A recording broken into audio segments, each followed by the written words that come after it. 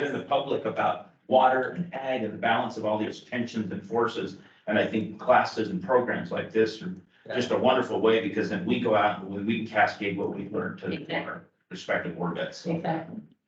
I wanted to just, what Ben was saying is that, I used to be one of those ignorant people in regards to the cattle industry. And I totally recommend everybody do this, but, like Five River, Tilly gave an amazing tour. They are very environmentally, astute. They don't, I mean, like, they are really on point with water use, animal welfare, just all of it. And a lot of people don't know that, right? I know what I used to think, right? I used to think, oh, they're slaughtering animals there. They're not, that's not where they slaughter the animals. So it's just interesting, like, I totally agree with you. The more that we can educate ourselves and really connect with people that we may feel like we have an opposition to, and then we learn about through their lens, it's definitely eye-opening. And I have been carrying, like you said, whenever we learn things, we're able to have those conversations and expand the discussion, right, in the right direction. But my question to you, John, is that 45% accurate? It sounds about right. Okay, Well, if you look at the ag production, and a lot of that would be in groundwater culture and public debate, other basins too, but a lot of it would be there. My question would be, there's on the west slope, there's lots of irrigated pasture raised beef. And a lot of times, they're not really measuring diversions. The pastures are flooding and then you're putting cattle on it. So my guess is it's really more of the measurable production of feedstock on the east side of Colorado. That would be my guess for that. It makes me think I should start marketing a new bumper sticker, the religious one that says coexist with all the imagery about different. We need to do the same thing with this conversation. I think that's where the answer lies, right? Is in being able to, coexist and have these not being, that you have one, you have to forsake the other, but there's a way that you can efficiently do all of the things that we. Thanks for bringing that up. All right, book reports. Let's see. Carol, I have you up first. Ben's got my presentation, so I'm so glad we're in person, because I always joke about when you're presenting on Zoom, do any of you feel like totally insane? I'm talking to my laptop. It's like, okay. Yeah. she can't see people. Yeah, well, yeah, it's just bizarre, okay? So anyway, Mary started this last month where we kind of shifted to water quality, and I'm gonna focus on that because that's my world. I think you guys all know, I work for CSU and I'm what they call the Operator in Responsible Charge, which is the ORC, which is the coolest acronym ever. So means that, I always like to tell the story. I'll just tell you the things. Is that if what happened in Flint, Michigan happened at Colorado State University, I would likely be in jail. So just to be clear how I relate to this story. Although no one's in jail for Flint. Yeah, exactly. Okay, that's a whole nother conversation, and I decided not to go there in this presentation. But this is a book we talked about early on about if you want to bring in social justice. This is a book about social justice, really social injustice, really. And, but it's also stories within stories. All the pictures, by the way, I clipped and cropped out of the book. So Mona Hannah Atisha is of Iraqi heritage, and she talks a lot about her heritage and how that plays into what she is as a human being and how she tackled this problem. She is a pediatrician with a public health background. So I'll talk a little bit about how this was sort of a perfect storm of the dream team that came together to make it clear, just so in case you know, Flint was not the first, is not the last. There's been actually some that were almost worse than this. And we'll talk about that in a little bit. I've read this book twice. I've seen her speak once. Benton was just talking, she was on campus. I believe this is the Rance Reed book this year. Yeah, for those of you on campus. She's an awesome speaker. She's just an incredibly positive person. So if you work in water, around water, whatever, and care anything about water quality, you should read this book. It's a quick read. And yeah, the one story that's happened previous to this that kind of plays into this is, did you guys know that there was a crisis worse than Flint in Washington DC that preceded Flint? Yeah. Yeah, and it was horrendous. There was a lot of cover up, went on for 10 years, which might explain some of the behavior in DC right now. Sanitation more violent, more combative, yeah, whatever. Next slide, please. First day of class, we had a speaker that talked about, said that well, there's no heroes and villains. This story has heroes and villains. And anybody from the Detroit area know who the guy on the right is? No, he's the guy that put lead in gasoline, basically. But there are civic centers and everything named after him in the Detroit area. His name's Kettering. And she gives the full history of what his story is, and he may not be a hero here. So,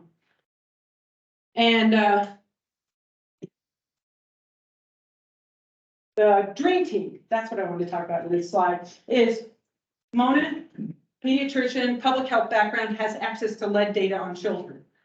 This guy right here is a engineer from the University of Virginia who had done studies on the Washington DC crisis. He tested water, he knew about this. He connected with Mona and came to Flint and did tests there.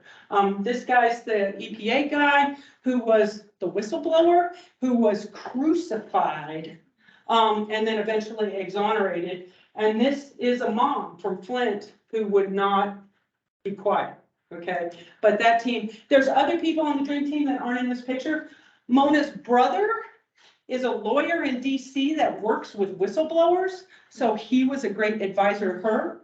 Her best friend was a water quality engineer who was deeply involved in the Washington DC water crisis. So this whole dream team of people that had this expertise came together and helped bring this problem to light. Next. So let's talk about the crisis in Flint. Flint was in financial crisis, no surprise. It had been, interesting tidbit in there, the highest average income of any city its size in the United States at one point, because it had all these car factories and everybody worked at the car factory and had a nice healthy salary. So Flint was a very healthy, thriving community at one point. We all know what happened to the domestic auto industry. Flint went downhill pretty fast and was in financial crisis by 2014. The governor appointed a emergency manager, and the emergency manager trumped the elected local mayor. Now, this is part of the social justice story. At one point in Michigan, 40% of the people of color in Michigan lived in a community that were under the auspices of an emergency manager, not an elected official. Think about it, 40%. Okay, so it's just weird tidbits like this throughout the story that you're just like, oh, okay, this is going to go downhill fast. Anyway, the emergency manager, the water from Flint, Michigan used to come from Detroit. It was treated. They do what we in our world, polished it and sent it out to the people of Flint, and it was fine. Okay. Then they decided it was too expensive and they were going to take water from the Flint River, treat it, do complete treatment, and then send it out to the people of Flint with the same plant that they used to do just polishing with, and the same operators. Okay. For those of you that don't know about water treatment, it's a very tricky issue. They had issues immediately. They had boil orders, which means their coliforms were high, right? That they weren't getting their treatment right. And then they slammed up the chlorine. And if know anything about water treatment, you get these lovely byproducts called DBPs, which are disinfectant byproducts, by putting too much chlorine in. And oh, by the way, DBPs are carcinogenic. Legionella went up by double after they started treating. So they were clearly clueless how to treat water. And just as a side note, my son-in-law comes from Detroit. They were not even allowed to swim in the Flint River. It was so polluted. So just to give you an idea of where it's coming from. So because of the austerity measures, they switched the water. This is the one that haunted me from this book. General Motors still has a factory in Flint. And 4 months after they switched, the water that they were providing to the people of Flint was so corrosive that it was dissolving parts in their factory, and they were allowed to switch to a different source. Meanwhile, they were continuing to tell the people of Flint that the water was fine, okay? Eat that one for a minute. This is the guy, wrote the memo, leaked it because they weren't doing anything about it. So you're looking at this timeline, this is going on for a long time. Then infamously, in August of 2015, Mona's best friend Ellen, who was the water lawyer from DC, had a barbecue, and Ellen told her there's a problem with the water in Flint. This goes on for a long time, and in a matter of months, it's a whole story of her doing research, her trying to get people to respond. There's a very famous meeting with the mayor. Remember, the mayor has no power because there's an emergency manager, but she thought that the mayor would still do an emergency notice and get people to stop drinking the water in Flint. She met with him and said, there's lead in the water. We can show that lead went up in children after they switched the water, blah, blah, blah. And he said, we're not going to issue an emergency order because, quote, everybody knows to flush the water for 5 minutes before they start using it. Now, how many of you preach water conservation? And how many of you tell your customers to flush their water for 5 minutes every morning? Okay, and his answer was, everybody knows that. First of all, nobody knows that. By the way, I do that. Save the water in jugs, use it to water your plants, do whatever. But you should flush your water for a couple minutes in the morning. Long story short, she got tired of trying to go through official, so they did a press conference. Long story short, it blew up, made the press. And in the end, they switched back to Detroit water. Problem was, the damage had been done. What happens in water systems, the lead pipes always existed in Flint. They were always there. But if you do your water treatment right, biofilms develop in your pipes, good ones, and they protect you from the lead in the pipes, okay? But if you put in corrosive water, like they did when they switched to the Flint River, it destroys the biofilms, eats up the lead, and people are getting ridiculously high levels of lead. And a generation of children from Flint, Michigan will pay for that their entire life. Okay? Doesn't affect adults as much as it affects children, but it does affect adults. It makes you more combative, violent. Go back to that Washington, D.C. thing. So anyway, they switched back, but the damage had been done. Fast forward, next slide. This is a quote that I really like that I'll just let you guys read it, but she talks about how so many things fell apart. There were, again, there's villains and heroes in this story, but there's a lot of people in between, a lot of people that were trusting the experts, and the experts were not saying, the experts were letting GM go off water because it was dissolving metal parts, but they were telling human beings that it was still okay to drink. There's a quote from a woman at EPA that said, I'm not sure that the people of Flint are worth going out on a limb for. I don't care how many good things you do in your life. If you say something like that, that is what you will be remembered for. So there's lots and lots of things in here where human beings were valued monetarily. They were valued on relative scale based on the color of their skin or the value of their property or whatever. So she rose above all that. And it's interesting, Benton and I both met her. She's about this tall. She's of Iraqi heritage, so she's a woman of color, she's a woman of short stature. And she talks about that in her book. She tells a story when the governor finally came to her office to apologize. Apparently he's a really tall white man, brought all his bodyguards, and she walks in and into her office and there's all these tall white men, and she says, I'm used to working around a pretty multicultural group, because you can imagine in Michigan. And she said she walks in and she said, I felt like Bilbo Baggins at the beginning. Giants were showing up at my party. So she's an incredibly positive person, but the racism, the poverty, all this stuff, how she's not just bitter and angry, I have no idea. Next slide.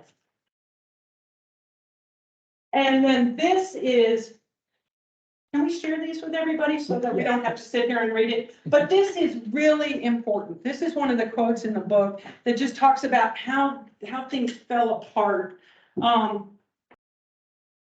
Think about the consequences of your actions when you're making choices for things as important as the water quality of your community. This all, quote, responsibility led to some really, really bad decisions. Last slide. And then again, she is an incredibly hopeful person. This is her family, her brother, who's the lawyer, who warned her what was going to happen when she was a whistleblower, and they did. They tried to crucify her, but were unsuccessful. So anyway, it's a really great story. I encourage all of you to read it, and I just want to leave on that positive note. So anyway.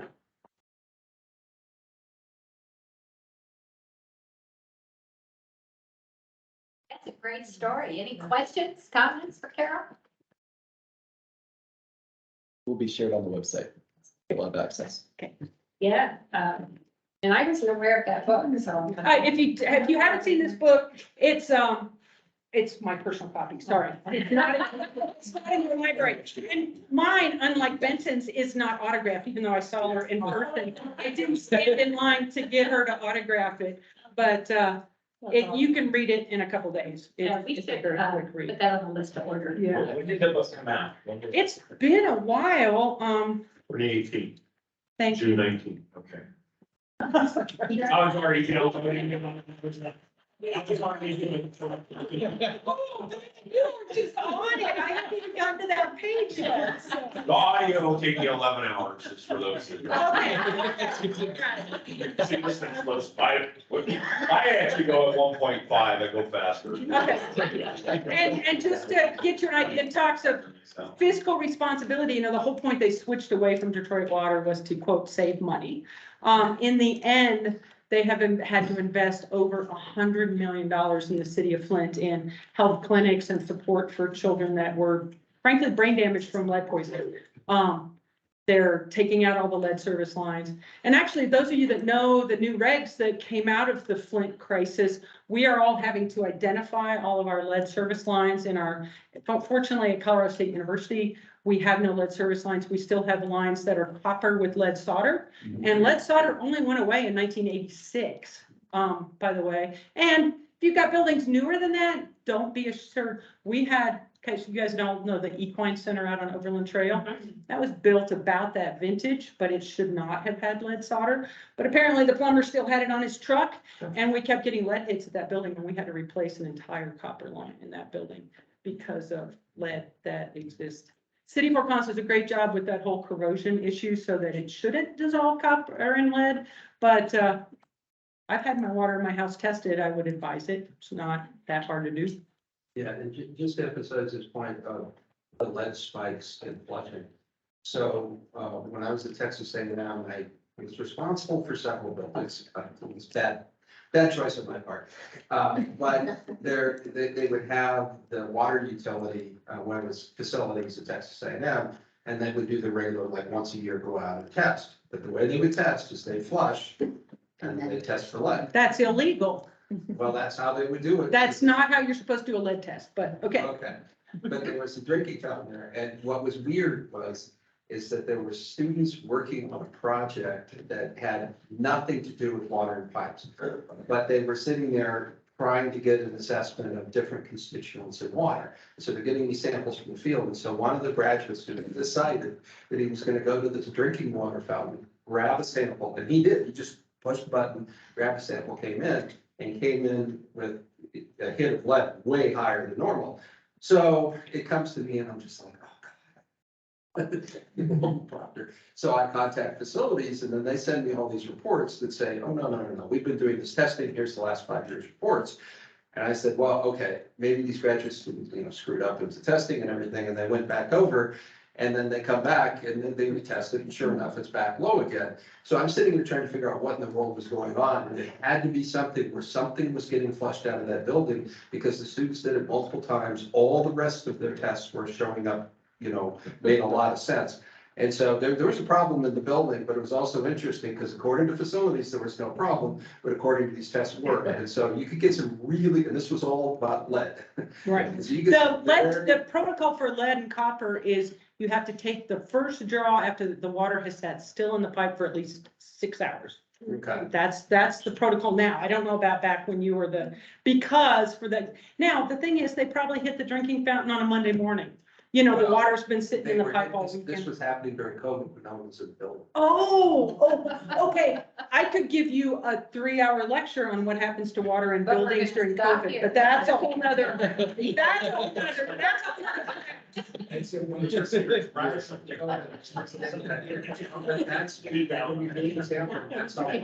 Yeah, seriously. That goes over responsibility. Thanks for the 5-minute flush. I know. I never heard of it. Just save a few gallon jugs and Yeah. use them to water your plant. I see it. Apparently, plants will- Yeah. It's and on a world scale. Yeah, we got, right. We can get to the first world problem. Not that we should. Alright, so I read the book Running Dry by John Waterman, who is an environmentalist who was trying to understand the impacts to the Colorado River. So he decided to basically float from the headwaters all the way to the Gulf of California, to really be able to experience the river and see all the things that are along the way. Throughout his journey, he kind of gives anecdotes about John Wesley Powell's trip. He kind of compares the two. He also brings a personal touch by describing his relationship with his late mother and then also his relationship with his kids to try to give you like the full generational experience along with it. Oh, I'm sorry, I can click. Oh, yeah, would you like to? Rather than You have to tell. turn it on. Please. Thank you. Sure, you would do that. Perfect. So here's the book again, just for reference. And again, so started at the very top and then all the way down through Mexico into the Gulf of California, which is 1,450 miles. 300 miles of it is reservoir, and then there's 15 dams along the Colorado River proper, not including all of the tributaries. So a couple of the things that I found were interesting was this debate versus public versus private. So unlike other western states such as Montana, Colorado is not determined whether or not the river is navigable as public or private. This resulted in several owners along the river who run barbed wire, which you can kind of see here. This is actually the author of the book. With threats that if the boaters were to step on the river banks to get around the barbed wire, that they'd be shot for trespassing. This has gone through several levels of legislation, and as I understand it now, it is at the Supreme Court level being argued again. But at the time of the book, it's still unclear as to whether the flowing waters is technically included in the Colorado definition of premises. I thought the impacts to the revenue generated from fishermen, specifically in Grand County, is $12 million per year, given sold the exclusive rights to basically fish on private river. Next one is the salination, which is also known as salt buildup, and where the salt is basically refers to sodium chloride, chalk, beryllium chloride, phosphates, and nitrates. Salination is naturally recurring, but in Grand County, where farmers flood irrigate their land over the volcanic ash of the Mancos shale, Mancos, thank you. The selenium is leached to the surface. Too much selenium can cause physical ailments such as infertility, birth defects, and dish rag heart or cardiovascular disease. Additionally, the minerals can collect underground, raising the salt levels in the aquifers, which can ultimately lead to poisoning crops from below, not just from up top. Farmers are able to flush their fields to kind of get rid of this build up, but that ends up flowing downriver. It was estimated before the improvements to the irrigation practices, 580,000 tons of salt, approximately 8 tons of salt per farmed acre, were added back to the river each year. resulting in 30 times saltier water than when it was pulled off the river. So then in 1972, the Colorado River Basin Salinity Control Act was put into place and directed the reclamation to reduce salt in the river. They did this by lining the canals to prevent seepage, as well as transporting water through pipelines and investing in drip irrigation versus flooding. It's to be noted that all those stats were specifically to Grand County, but Grand County only counts for 70,000 acres of over 3.4 million acres of kind of brackish farmlands along the Colorado River. Then next one is tamarisk trees. Everybody in this room seems to know more than I do.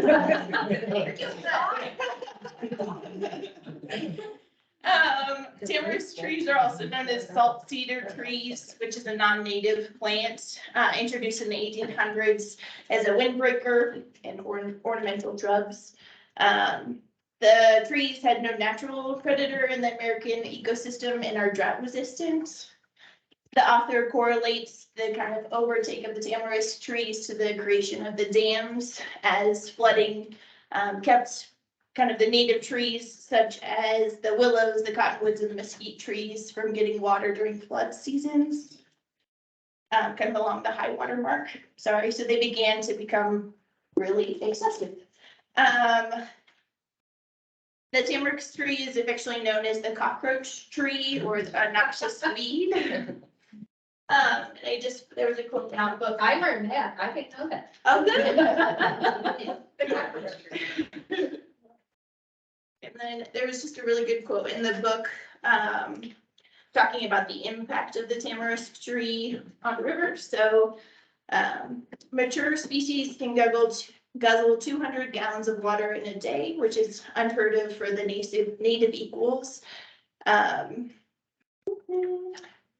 According to an 1989 report from the American Society of Civil Engineers, tamarask uses more waters than all stream bank species. In a 2000 book, The Invasive Species in a Changing World, one of the authors concludes that the plant can lower water tables, reduce stream flows, dry up desert springs, and reduce availability of water for agriculture, municipalities, native plants, and wildlife.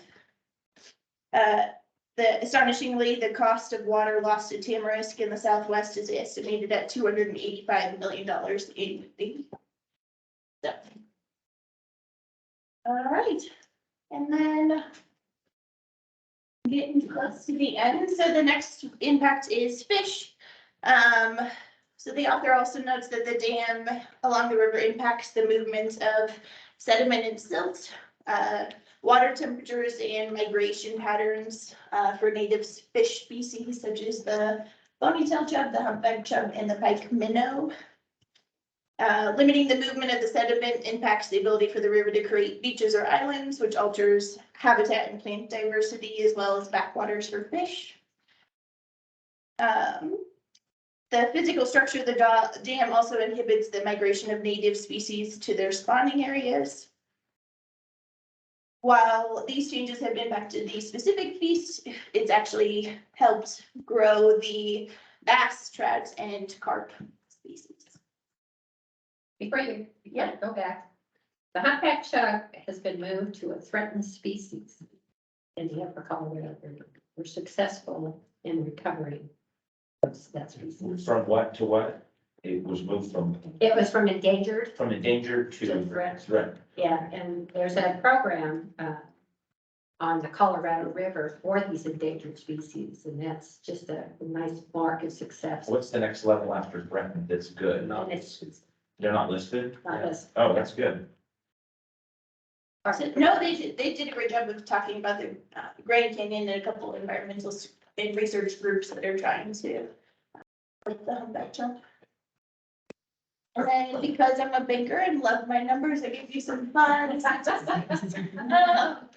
So the Colorado River reservoirs are large enough to hold 4 times the annual flow of the river.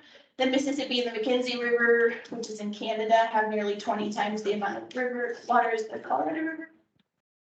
The CBT power plants sell 759 million kilowatt hours of electricity a year, powering over 58,000 homes. Only 3% of the nation's 80,000 dams generate hydroelectric power, which I thought was interesting. It's a much smaller number than I anticipated. The Denver Water's annual budget is $250 million, and they employ over 1,000 people and serve 1.2 million urban customers. This book was written a couple of years ago, so I'm assuming that is increased. And then mining of oil shale consumes 5 barrels of water for each 1 barrel of oil produced. Most river rapids are assigned an international Roman numeral scale of 1 to 6. Ratings, however, the Grand Canyon rapids are 1 to 10. And they're also hyphenated depending on kind of the releases from the dams. And then Las Vegas is a turf replacement, which at the time was paying $2 a square foot. In the first 3 years, they replaced 100 million square feet of turf, saving about 55,000 acre feet. And that's all I got. Did they talk in the book about the tamarask? There's a beetle they've released near Moab. Yeah, Okay, and because I've canoed it since they've done that, and it's amazing. You instead of going along Tamarask Lines Beach, they're dead tamarask. But they also said now it's a problem because the fire ants are. Oh, interesting. Because they have now you saw the size of that bush. They're 10 feet tall, and now it's a fire. Yeah, they said it was really successful in Utah and Nevada, and they tried to introduce it in Colorado, and it hasn't taken off as much. They say that's due to the temperature, but I'm not sure. That 1973 law, is that a Colorado law or a federal law? It's a federal law. Thank you. You're supposed to go, Denise, you're supposed to go get this, right?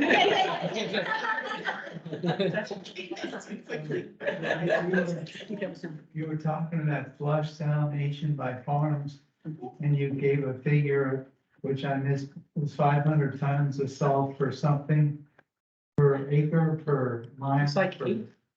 Yep, I can tell you. Huge amount of salt, it seems like. It's one of the reasons that, and we, at the same time, Mexico was concerned with our treaty deliveries being so salty.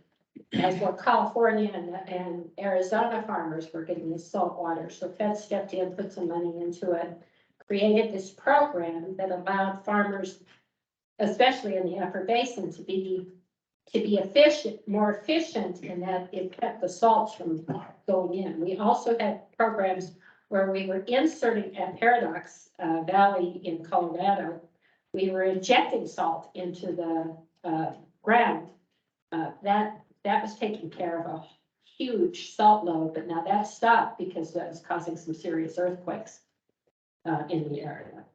So they're consistently dealing with it. It's a successful program, but the Manco Shale is salty. And that's what's. Isn't there a desalination plant at the Mexico border too, at the US-Mexico border? There is, it's not really operating. Oh, okay. Yeah. So, all right, thank you.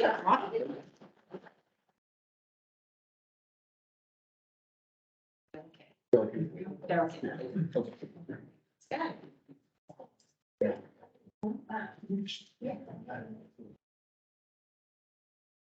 I don't have a presentation. I will have some quotes to read, so I'll keep this handy.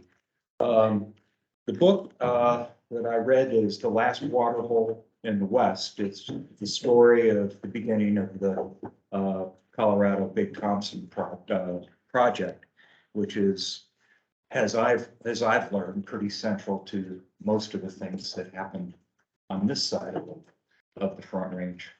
But, true disclosure here is I started reading this book after I had a tour of some of their facilities, and I was so taken by it, I asked, well, is there a book that describes that? And he said, yeah, it's out of print. You'll have to, poke around for it. And Amazon came through. And I started some little bookstore in, a rural part of Missouri, Oh, well. and it shows up, a week later. So I've done that a couple times now. But anyway, I started reading it and I got bogged down. It's a big book. It's 400 and some pages plus another 100 pages of acronyms, references, meeting minutes. It gets into a lot of detail. It's not an easy read, but I picked it up again when I said, for this course, I said, I'm going to finish this. I'm going to get into it. And it went a lot better because I've learned so much more in this course about how everything is connected. It's not just reading about, who went to Washington to get more money. It's about big projects that take a long time that will, outlive all of us. So I was just going to give you a couple things as I went through. It's in 5 parts. It basically, they're all 5 chapters each.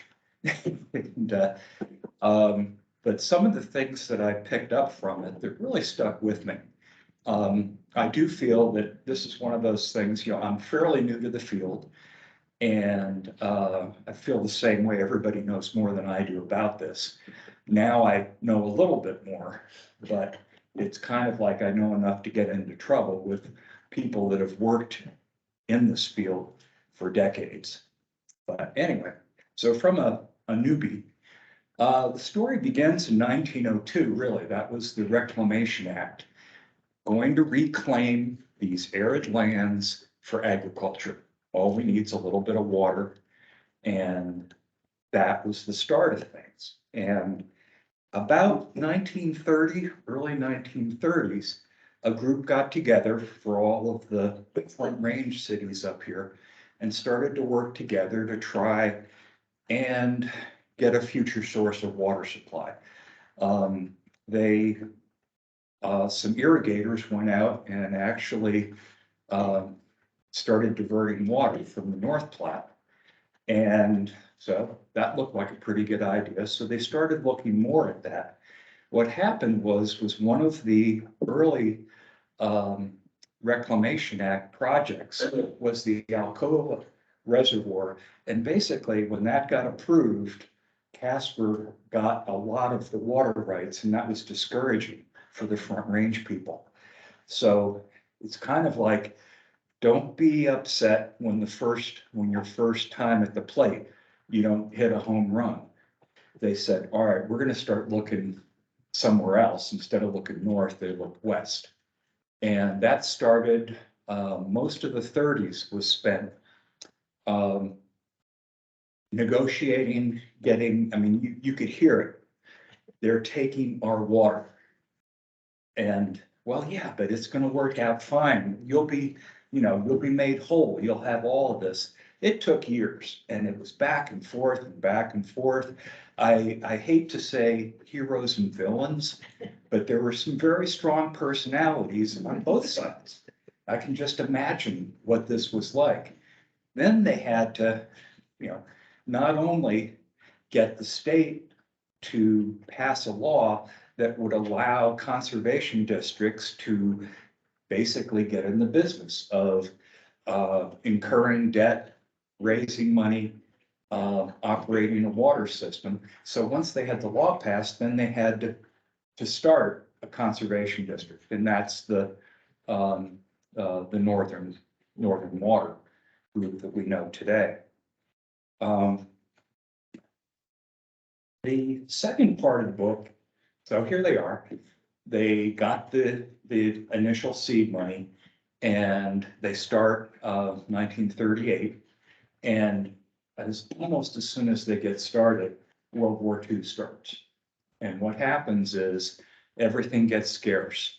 There aren't as many workers to build the project. There isn't, everything's going to the war. There's less money, and the materials that they needed, everything is in short supply. So back to Congress, lobbied some more. And this just it wasn't easy back then. You had to take a train. It took forever. They'd have an afternoon meeting, and then they'd come all back. And so what did they do? They did some marketing. They created a market for water by saying, hey, look, a lot of industries that are going to build materials for the war are going to need power.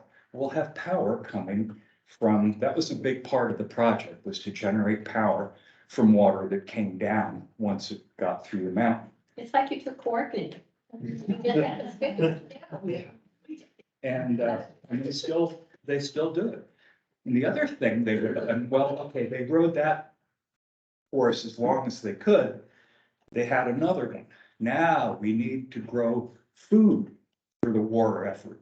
So we need water and we'll get more plants to grow and cattle and we'll basically bring agriculture to the plains. Who knows? It's kind of like, was it a chicken and the egg? Because right after the war, the first thing that happens is people started to move here. This isn't new. It's been a nice place to live forever. And it's now continuous. I mean, even go back in here, exponential growth. Well, yeah, if we look at our town, our growth, everybody's is doing exactly the same thing. And this is what's interesting too. The project didn't get finished until 1957. But they had water coming through there in 1947. And that started, they were delivering water. Of course, the reservoirs weren't built yet. They didn't have the storage. They didn't have conduits and pipeline, but there was water coming through down the Big Thompson. And that was, so they had the momentum then, and they had the money to finish the project. A little bit later on, things changed because they had to run the organization instead of building dams. So they had to start, if you just got your tax bill recently, if you live in there, there's still a line on there for the Colorado Big Thompson project. It's 1 mil. It's been there for decades, but they actually had to borrow money to move into a headquarters when they got started. And it was, they had a loan from Greeley or the Greeley newspaper to basically get started. And then they paid that off as they started getting money for the water that they'd be selling to people. This is one of the, and I forget the fellow's name, Bob Barkley, was probably one of the first ones that was faced with this. And he said, with the water users, he concluded, a manager must always be prepared to deal with their unpredictable wrath, most frequently provoked by misunderstood or erroneous water measurements. You can imagine this. These guys are used to building dams, and now you've got people coming in wanting to know where their water is. I can only imagine. But they got through that. What happened next was the beginning of the environmental movement. Now, this is where the book for me got a lot more interesting because that's been my background. I was in school when the 1970 Clean Water Act was passed, and then they came back in 72 with the Clean Water Act amendments. But even before that, there were earlier water pollution control laws, and salinity was one of the things that they were going to start to worry about down in Colorado. So that's still with us. The Wilderness Act, 1964, Wild and Scenic Rivers Act, 1968, NEPA in 69, EPA in 70 was formed as an agency that took a lot of the different environmental problems and got them into one place. So this is what, at about the same time, Northern Water was, they started to develop the Windy Gap Project. And they had a different subset of water users. So this was like a subset of all the other users. So they had to go through that administratively.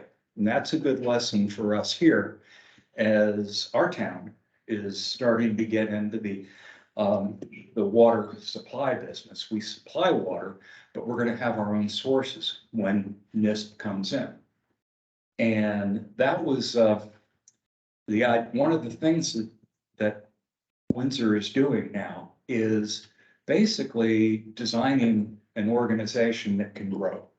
Right now, we'll have 4, but who knows?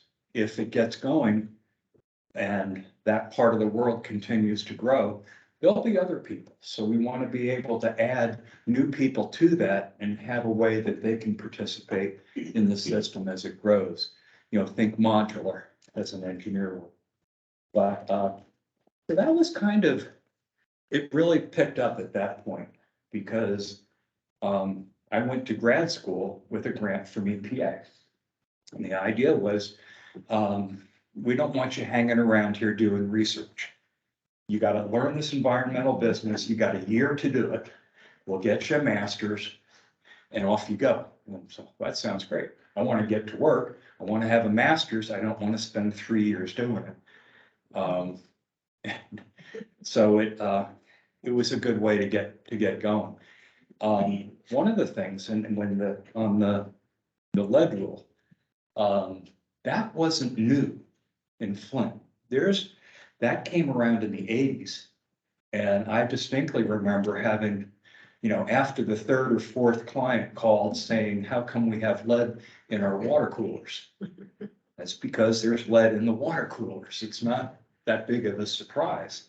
But it's been, and that's what is just so horrifying about it. They still sell brass faucets that have lead in them. Yeah, To this they're- day, you can go to Home Depot and buy Yep. a brass faucet that has lead. But anyway, one of the things that came about fairly early on, about the same time as they started with the mill levy, was the quota system.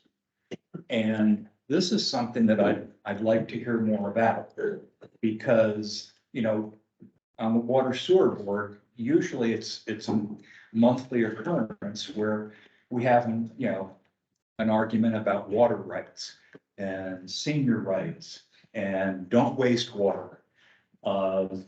And use it or lose it.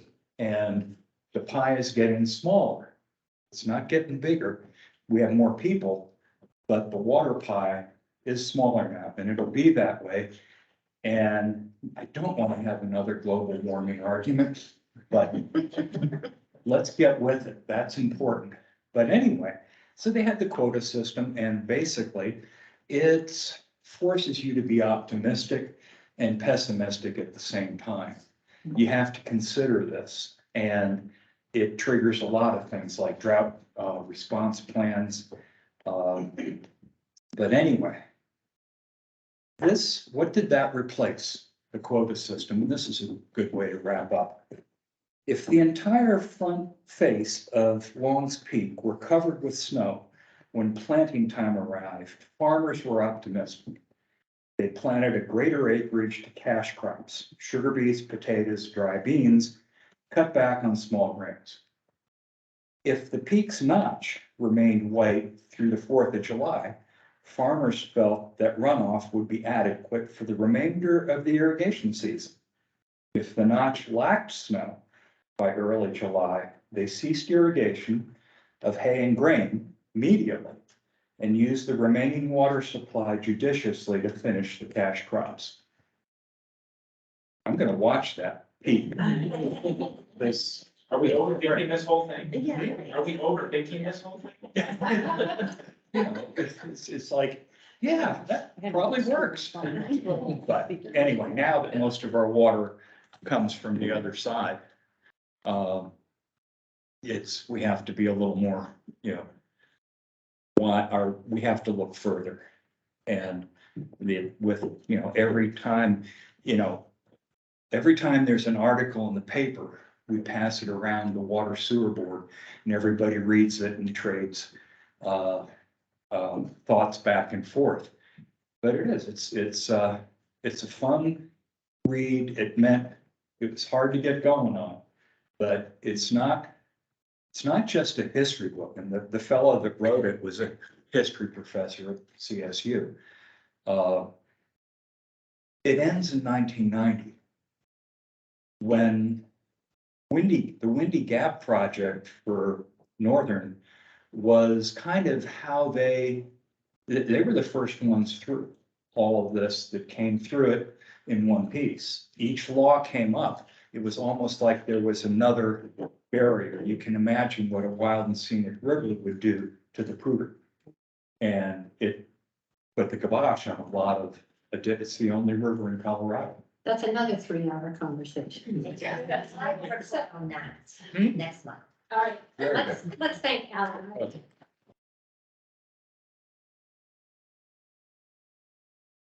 Right, and these guys have a women talk meeting, so I didn't catch on.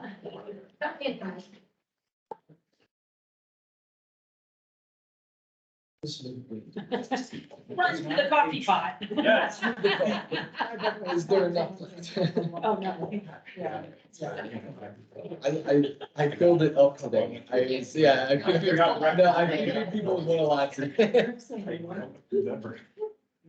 How are the roads? Worst comes out. I have to go to Denver tomorrow. So. Yeah. Very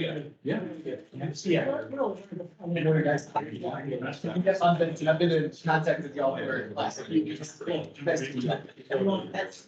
How would you like that? I can just throw it on my computer, but we can put it on the screen and make y'all like look if you want.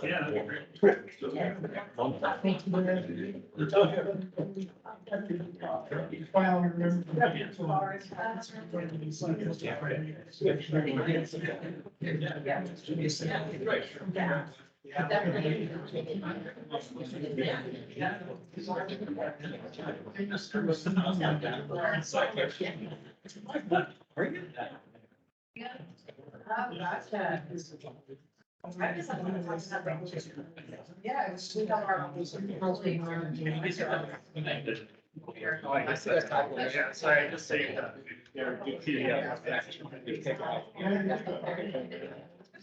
Oh, I see.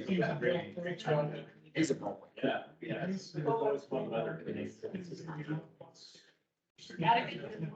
Yep. All right, thanks to Wade and Justin for being patient with respect to our book report going over. And glad to have them here. We've kind of been talking about Windsor already and some other issues, but it's nice to get the recreation piece. Wade Willis is the Open Space and Trails Manager for Windsor, and Justin Sharpen is the Natural Areas and Trails Division Manager for the city of Greeley, and we have their bios here, so I'm going to take it away, guys. Once Benton gets you running. Glad you guys were having an engaging conversation on water. Again, I'm Wade Willis. I'm the Open Space and Trails Manager. I'm concerned that you said you were talking about issues with Windsor and Greeley. There are no issues. So Justin and I typically come to this meeting and talk about recreation as it relates to water. And as Open Space Manager and Justin's the Natural Areas Manager, we get to see a lot of the fun parts of water and recreation. So you all probably know this, but this provides a little bit of context of what Windsor offers versus what Greeley offers. So just to do a little size comparison, Windsor's just a little bit smaller. So the Northern Colorado metropolitan hub with Greeley, Fort Collins, and Loveland in the center, and then Greeley a little bit larger, a little further to the east of us.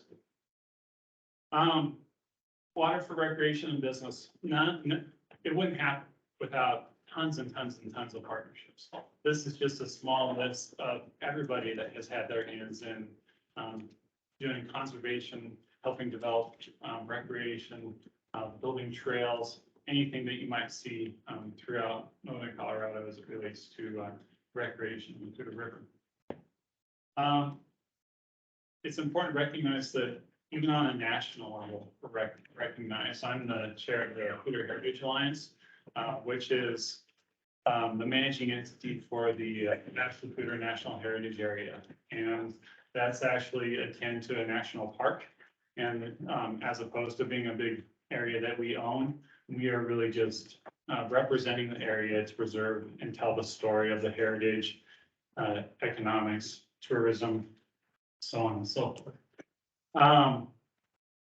Both Justin and I can't do our jobs without hearing from our communities and understanding where they want their tax dollars spent. This is from the Park Rec and Culture Strategic Plan in Windsor in 2020. And we asked Town of Windsor residents, where do you want your money spent as it relates to recreation? And their top priority was river access. And we'll get into this, but when this plan was done in 2019, we literally had no location in Windsor to engage with Poudre River. Mountain biking and hiking trails, we already have many trails, but people want more. They want us to spend more money on that. Natural areas and wildlife, walking, paved greenways, boating, canoeing, and kayaking. So, you know, not only are they saying they want that access, it's really important for Justin and I to be able to tell a story. How are people actually using these? So we have trail counters in several different locations all along the Poudre River corridor at some of our other sites. I like to highlight the impact of our trails and recreational areas during COVID. This is a change from 2019 to 2020 at Eastman Park. Has anybody been to Eastman Park? Yeah. We had a 50% increase in usage from 2019 to 20. 65% at Boardwalk Park, Windsor Lake. Anybody been to Windsor Lake? Poudre East, that's out by the old Kodak plant. And then the number 2 ditch trail, which is our main spine right behind our recreation center.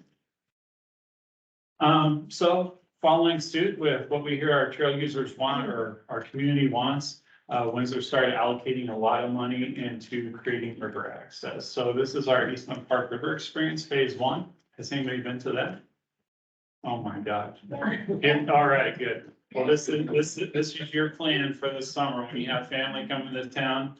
This is the first 1 mile stretch of a greenway trail or a blueway trail where people can literally put on the river right here and float 0.9 miles up to Eastman Park. We really wanted to create this access to this area. So I'm going to kind of show just a quick little video that tells the story of how we got here and why it was important. And it shows a great before and after. Oh, maybe back to click on something. Back to click on the video. Oh, my God. And can I have some? Maybe. I'm trying to think how I could even narrate. That's okay, I'm sure it's beautiful. We can just Yes. watch. Yes.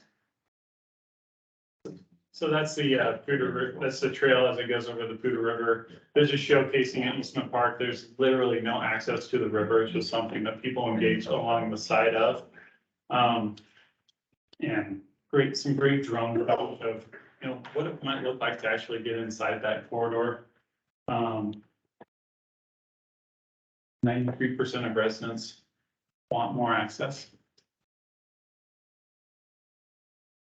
So this was a video that our director put together for our town board to say, town board, this is where we need to be spending our dollars. And so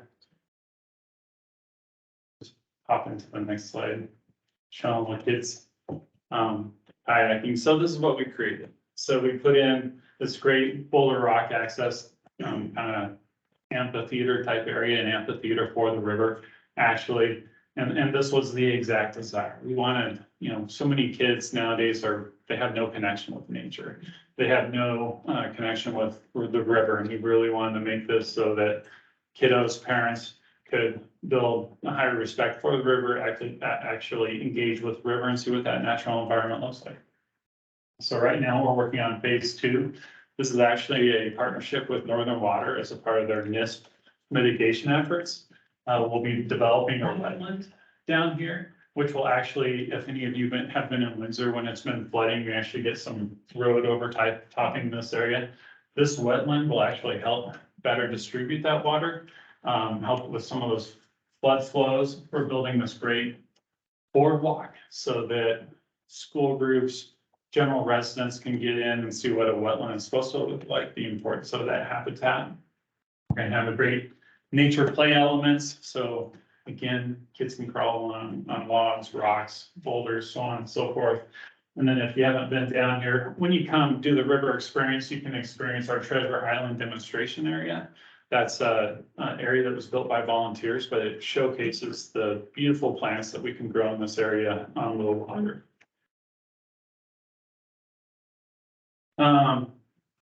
Next, just again, putting our money where our mouth is. Cooter Trails, everybody been on the Cooter Trail here? Yes. So, I grew up in Windsor.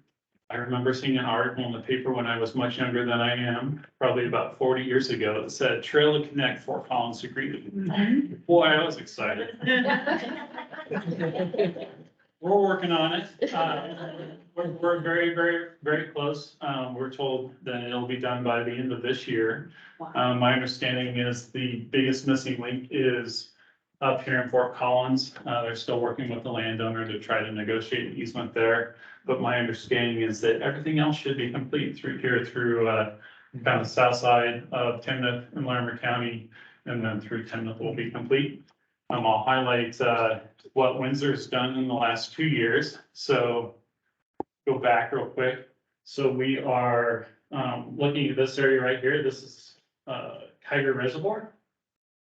And so what we've done over the last 2 years, again, this is Kiger Reservoir. We've built this trail connecting directly to the existing Cooter Trail, the River Bluffs open space for Larimer County. Built an entire trail along Kiger Reservoir. It's soft surface on this side. My favorite place to go for a run at lunch. Then we connect down here back again to the Cooter Trail, and then connecting into our major spine, the number 2 ditch trail system, which connects to major infrastructure, schools, retail, public facilities, boardwalk park.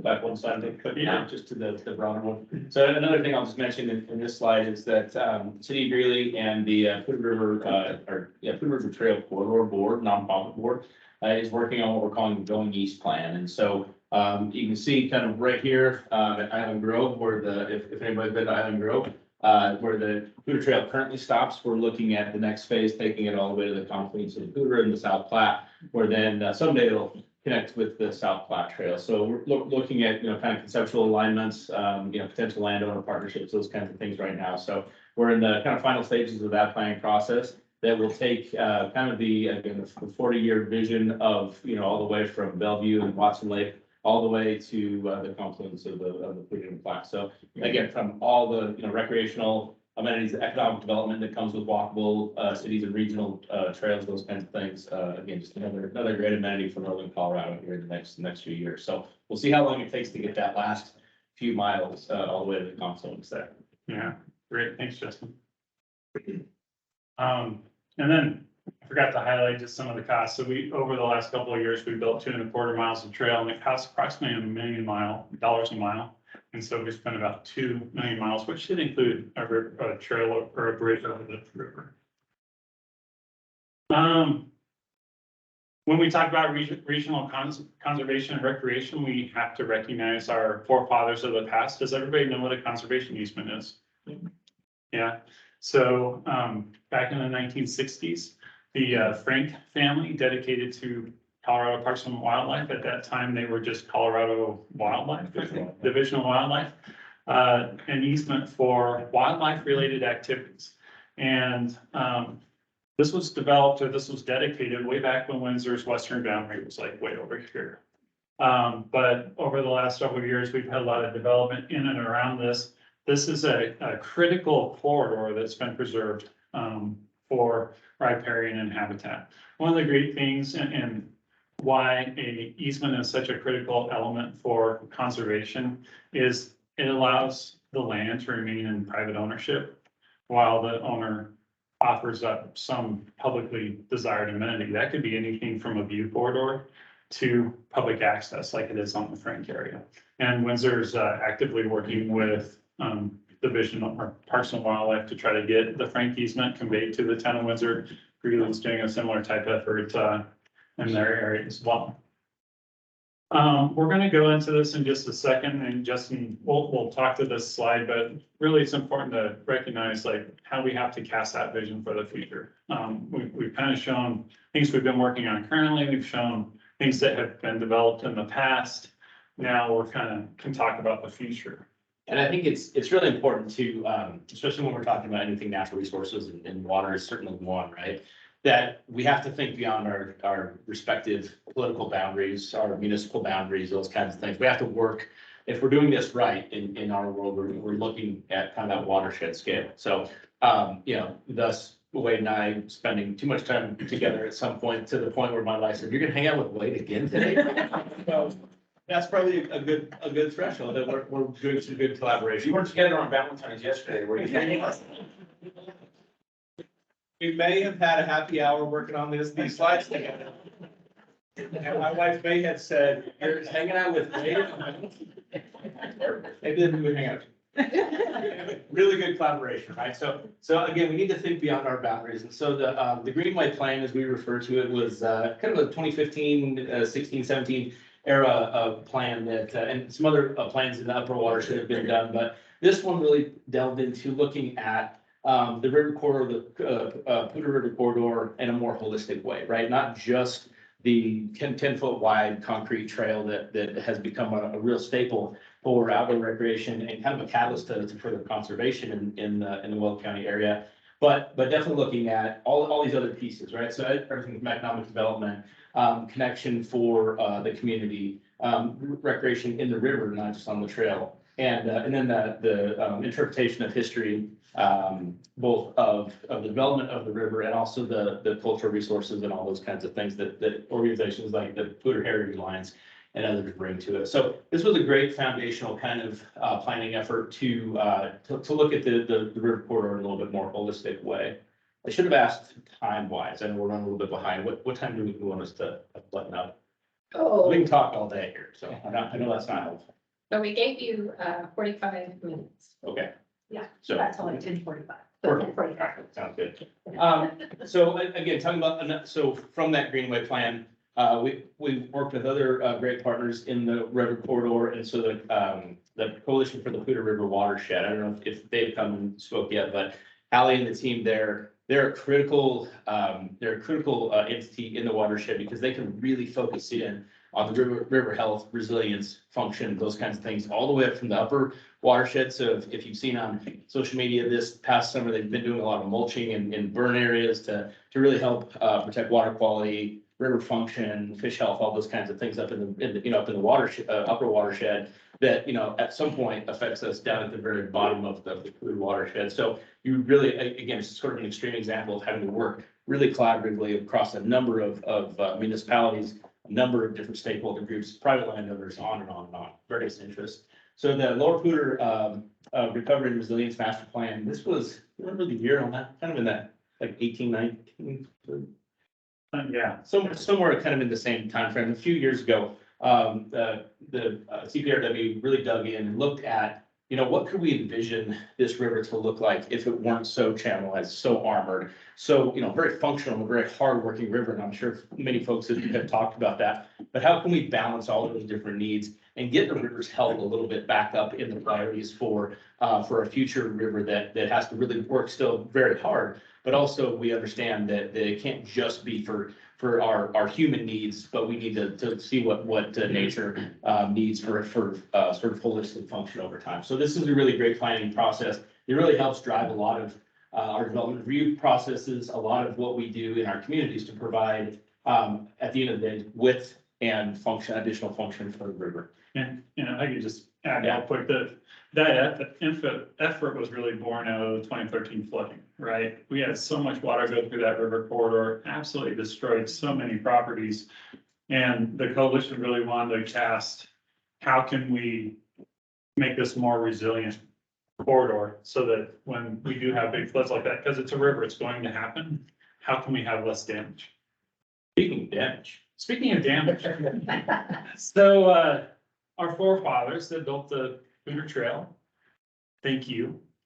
But they did it with willing landowners. And literally, and a lot of times, it was somebody walking out in front of a grader saying, yeah, this is good, yeah, this is good. So now we're dealing with this and we're having to realign portions of the river.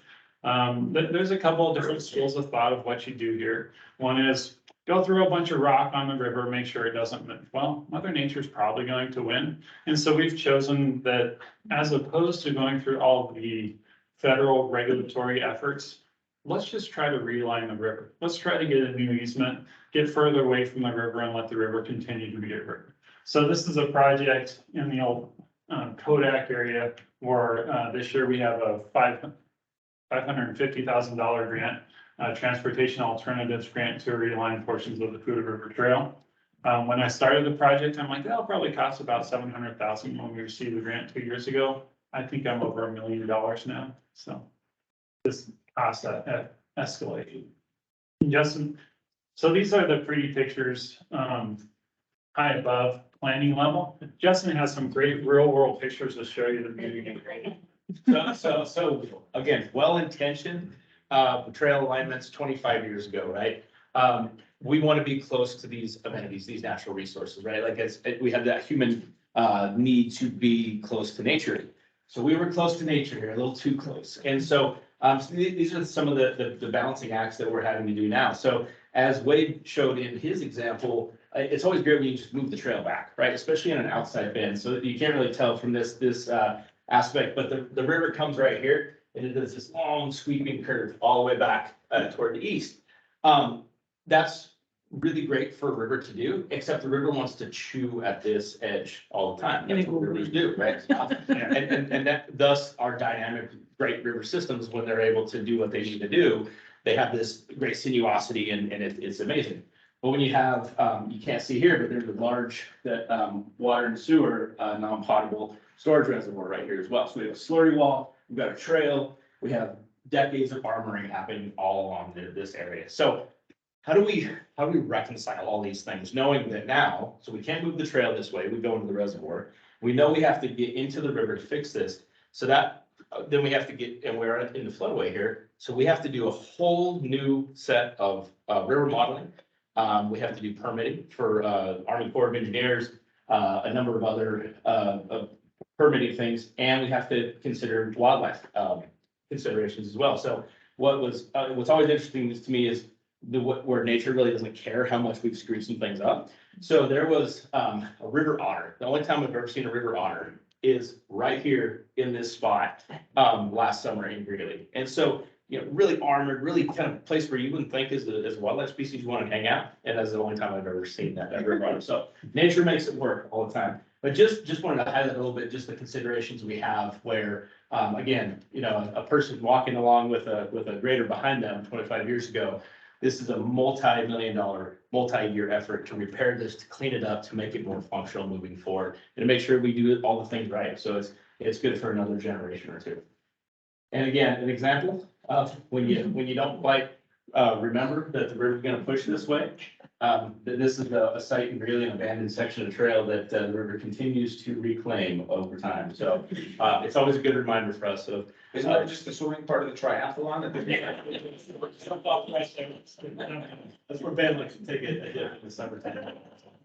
And then just to underscore that point, so you can see here that basically the take home message of this slide is rivers want space, right? Rivers want room to be rivers, to be dynamic. So whenever we impinge upon that, whether it's a diversion structure, very, very legitimate needs of that, whether it's armoring of an outside bend because of an adjacent development or a storage reservoir or other things, that creates consequences up or downstream. And so in our world, we're dealing with a lot of the things that we inherited, and then what we're doing in there as well to make sure that we can try to at least not make it any worse. Ideally, we're making a net benefit as we move forward.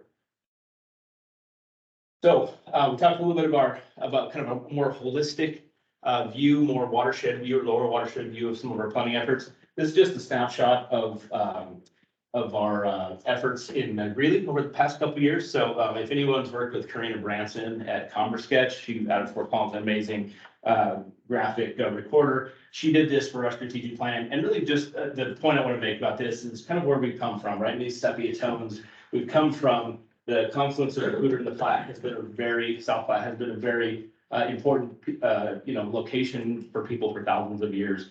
And then certainly in Greeley, we've got this strong agricultural heritage. And I think we still have we still have a cowboy hat on our logo, right?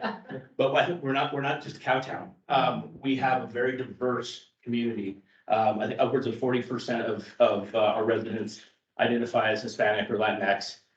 We have a very robust immigrant refugee population, East Africa, certain countries in Asia. And so we're very, very diverse, diverse community. And so we want to recognize that it's not just access to nature for those that can afford it or have the disposable time and income, but rather it's equitable access for nature for everyone in the community. And so this is really our vision moving forward. Our vision statement is a community connected to nature. And that really means the entire community, right? So how are we going to do that moving forward to recognize the past, honor that, and move forward in a really great way, inclusive way into the future? So talk just a little bit about that. So Wade talked a little bit about some of the great projects that are going on in Windsor.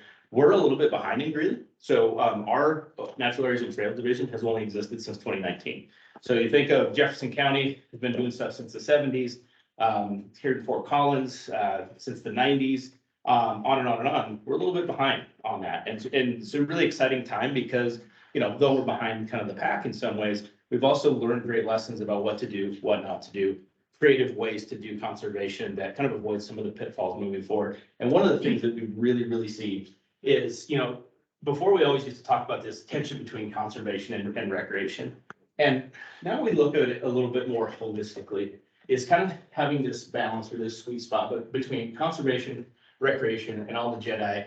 And if you're not familiar with Jedi, justice, equity, diversity, and inclusion, right? So how do we get to that point where it's not just people that have awesome Subarus and mountain bikes that get to go doing stuff, right? And should we, limit some of them? Should we, have more wildlife habitat? Well, also the folks that don't have as much of the luxury and privilege that others do in the community, and how do we make sure that they're part of the conversations? How do we make sure that they have easy access to nature outside of their homes and work, and to address some of the chronic health issues that come from lack of access to nature?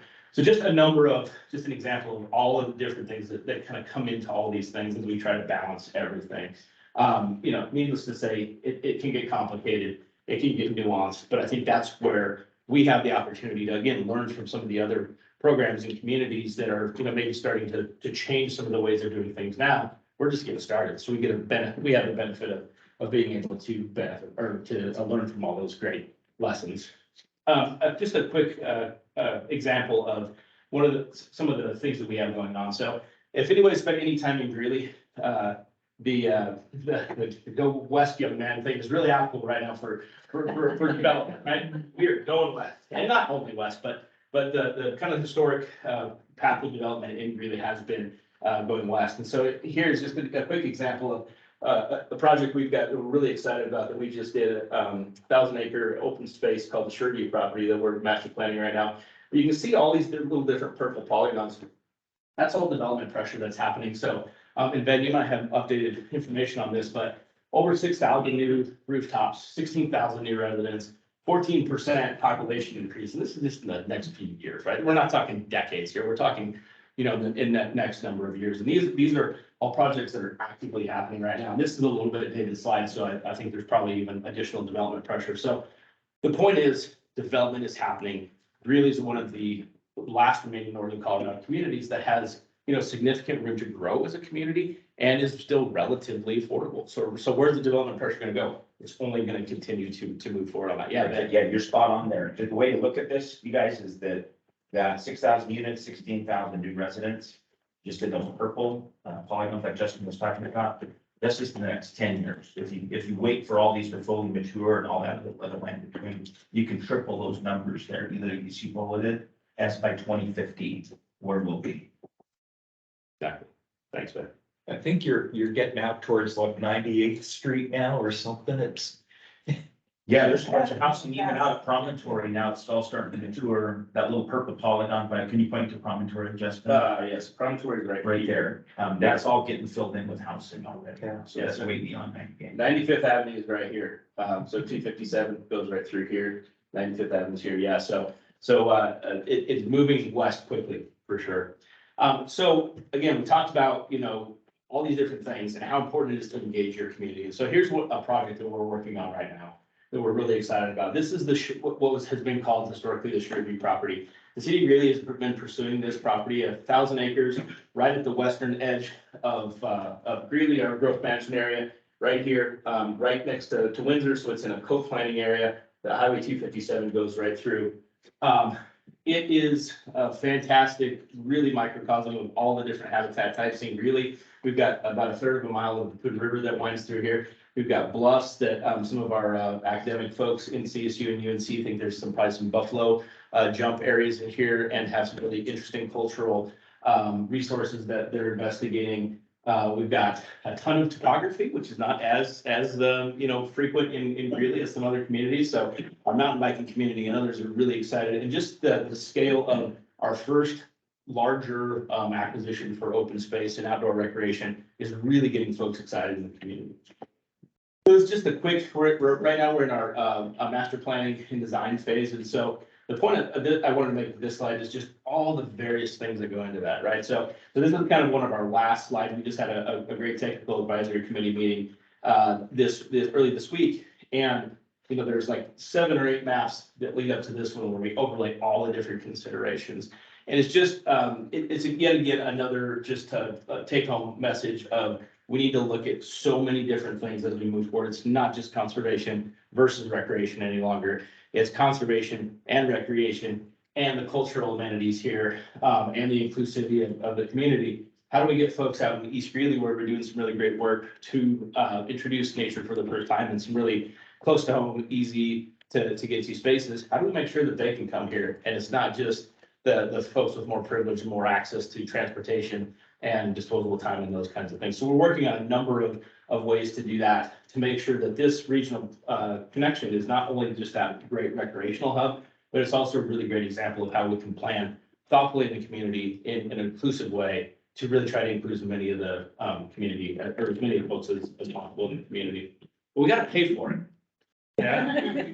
So I mentioned at the beginning of the slideshow, the Cache-la-Poudre National Heritage Area, and as you can imagine, that's a federally funded entity, and they want to know what kind of impact this National Heritage Area has. So this is from an economic impact study that was done in 2017. Economic impact, $54 million of direct effect, indirect, $14 million, induced effect, $12 million. I don't know what induced means. I bet you somebody in here probably knows. But the total effect is $81.5 million to the region of the Poudre River corridor. Is that annually? Annually, yeah. And then, Justin and I felt it was fitting to help explain, like, how do we fund everything that we do as entities? So our, for a long time, our biggest funder has been the Conservation Trust Fund. That's your Colorado lottery dollars. Every entity receives a portion of that based on their population. The only reason Windsor's is bigger than Greeley's is their Parks Department steals a large portion of theirs. I get to steal all of ours for the town of Windsor. Development funds, every building permit that comes in, there's a chunk that gets peeled off to help pay for this future development. For Greeley, that's $500,000 annually. For trails only, for the town of Windsor, we don't have it parsed out between parks and trails. Our overall nut's $4.57 million for this year. And then, as Justin and I talked about our strategic plans, there's a lot of demand and desire for more open space, more trails. How do you fund that? The only way, Justin mentioned a second ago, Fort Collins, Douglas County, these huge areas, the way they have funded it is with a dedicated tax. Windsor, if anybody paid any attention, was successful in getting a 1/4% sales tax this last fall. And this year, that's going to be $1.6 million. Justin's working very hard with his advocacy group to try to get something similar in Greeley, if Greeley residents want to see what this looks like. And, you know, Justin and I are just talking heads. We try to bring to fruition what our voters want. And ultimately, it's our voters that have to decide if that's what they want. And fortunately, in Windsor, they did. Hopefully in Greeley, they do once it goes on the ballot. And then we can't shortchange all the funding we receive from like Great Outdoors Colorado. And that should say 3 million, not $3. Oh. Really? Did that buy your beers last night? Half. That's it. 3 million, sorry. Yeah. And, you know, like the completion of the Poudre Trail, that's I think it's like I can't remember how much. It's like a $2 million grant from Great Outdoors Colorado. But they have allocated a lot of money in northern Colorado for conservation. Then we have the Land, Water and Conservation Fund that brings a lot of money annually. So yeah, we'll open it up for questions.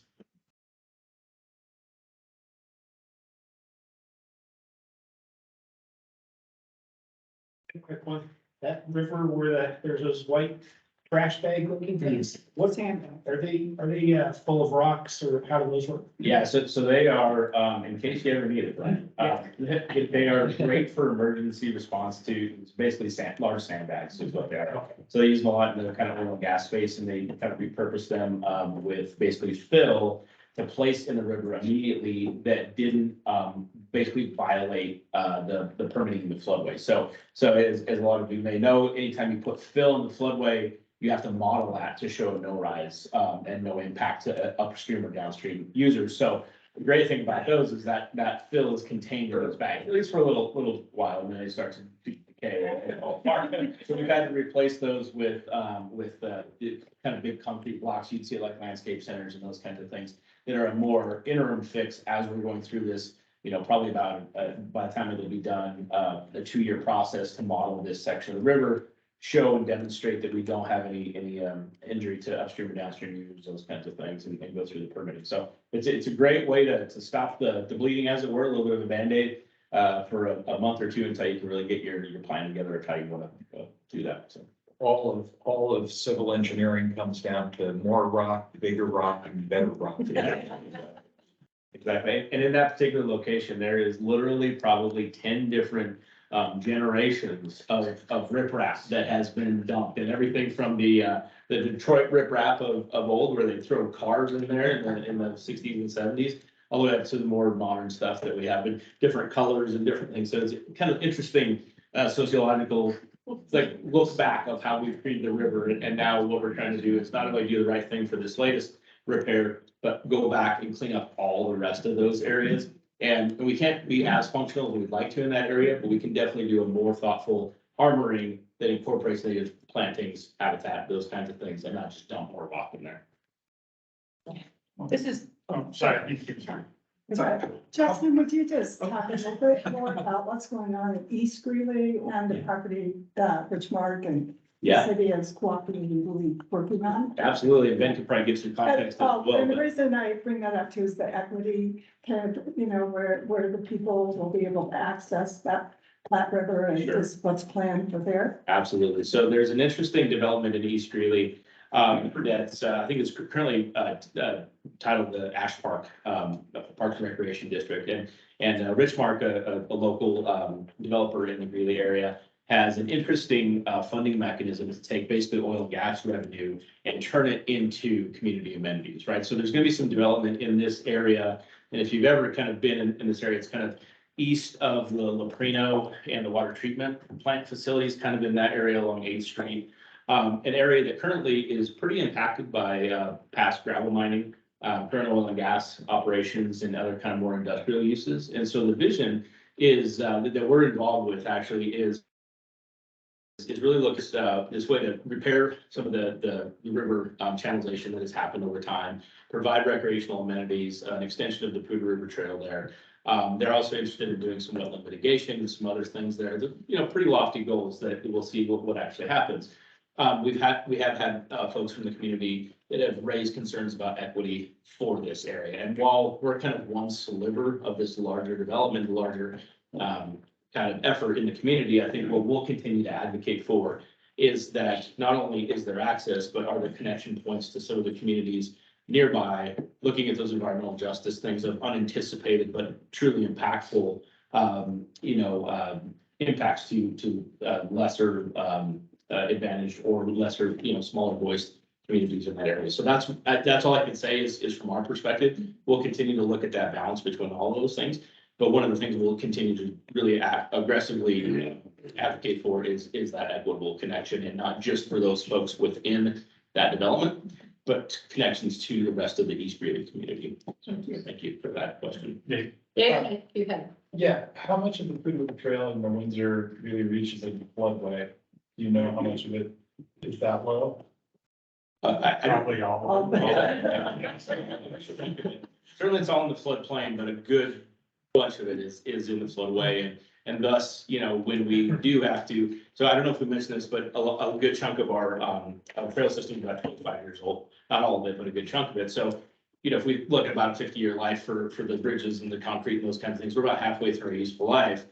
At roughly $1 million a mile, we've got 25 million plus in 2023 dollars to replace this trail. Where does it go? How do we bring it out of those really, both impactful areas and areas that are just gonna kind of disappear at some point with the flowway? So I think one of those areas that, our former trail manager for the Poudre River Trail group always says, hey, we got from point A to point B. That was our generation's deal. And now the next generation is for us to have a little bit more nuance, provide some more, function and space for the river to do its thing, and balance these recreational needs and desires in the community. Just a personal question, because I do the bike trails all the time. How long till I can go under I-25? You can go right now. It might be trespassing. I've been to the end of that trail. They look like they'd be pretty grumpy if I continued. Our understanding is that by the end of 2023, it should be connected. Okay. But that is Fort Collins and Larimer County. Right. I heard a confession just now. So one last question. Go ahead, Richard. Would you say that, the successful or growing collaboration around trails, the Poudre River Trail, is giving rise to more collaboration in other contexts, or more collaboration between the two counties? I would say that the tax in Windsor would not have passed if it wasn't for the Poudre Trail. I think when people try to vision what open space looks like, if they had any familiarity at all with Poudre Trail, they say, I want more of this. So I think yes. I think on just overall, there's more of a recognition that, this is one river. So whether it's the trail, whether it's the function of the river, more and more people are recognizing we can't act in isolation, and we have to collaborate to accomplish our broader goals. Let's thank you, Zach. So because we're running over, I checked with our next speakers, they can hang around. So let's take a break and come back at 11 o'clock. Sorry. Oh, and actually, you know what's really funny is I had two copies, because when I went to see your speech, they had a rainfall. I have some cool. And it turned out it was snowed in, and I had to leave early, and I found out later, Carol, you won a raffle, you got a book, and I gave it to another friend of mine who does, she's off from water. So, anyway, yeah, read it, yeah. Email me, because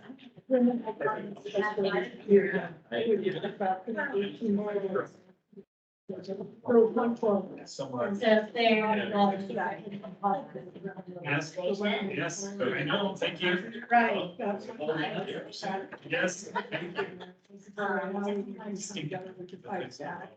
I guess. Good to say that. It's funny, I might have said at the beginning. Right. Yes. And then I got had Bob, Yeah. and they all had. Well, and you look at these parents, they had to leave Iraq because of Saddam Hussein. They were, I can't think of the word right now, but she has all this long history that she should have been angry and bitter and all. I mean, it's hard to think that I would be in her shoes and do that.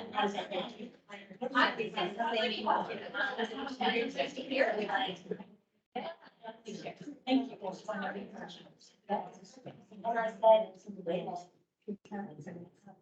Nice, nice, good job. Yes. The camera is smart enough to follow the sound. Yes, it follows voice. Yeah, it actually does. So, yeah, as we talk, it's going to turn around. Yeah, the owl's pretty intelligent. Except for you're the closest person to it, as I used to be in the communities. It would just be on me the whole time, even when other people are speaking. So I'm there to like move away from it. So the recording isn't just a recording of me and then everybody else in this like small view. But It will, go, right? we see to get to the trail and I turn. Yeah, it's really good with audio too. It catches everything. It's really, I don't, they're expensive devices. Yeah, they're expensive devices. They do a job. They're awesome. Yeah, I know we have one in our office and then this one is the one that's foundational. Yeah,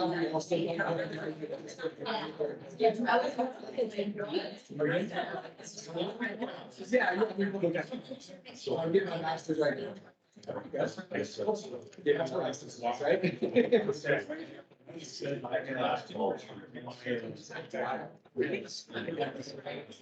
Studies, we're on rebound.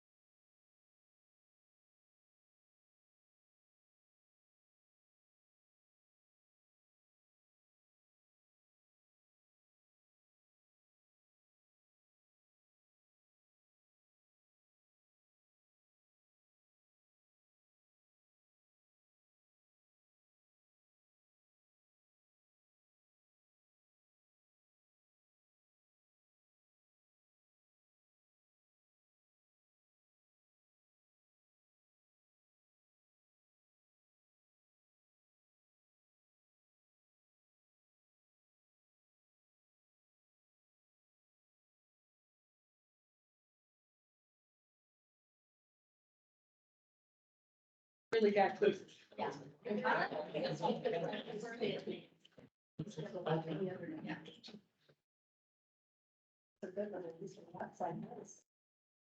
is great. Yeah. Interesting morning, wasn't it? And Richard, great question about that. How has that helped on other things? I think that's wonderful. Well, we're going to talk about water for private recreation now, and we have Brad Motzett, who's owner of the Mountain Whitewater, and then Greg Carnahan, who's going to talk from Ducks Unlimited about some of their conservation programs. So we gave you guys 45 minutes, so you have until 11:45, not you personally. Right. That's good. And we'll take it from there. Go ahead. Thank you for being here, Brad. So yeah, I'm Brad Modison. I own Mount Whitewater Paddlers Pub.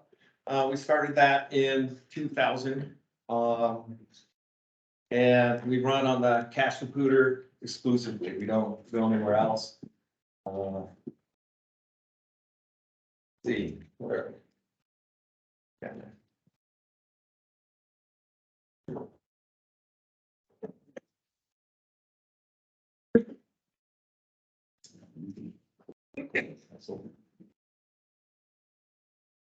So what we do is half day, full day, 2-day raft trips. We have a separate permit to do kayaking as well. The bulk of what we do is half day rafting excursions. It's probably 90% of our business. The 2-day is really difficult. Pooter's a tight, low volume river.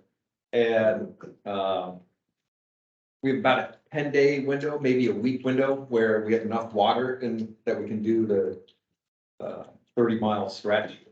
After that, we can't do it. So booking that one is kind of difficult because I don't know when that week is going to be. It might be end of May, it could be end of June.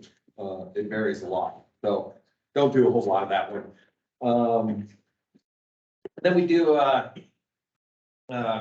lot of rentals, paddleboard rentals, boat rentals, inflatable kayak rentals.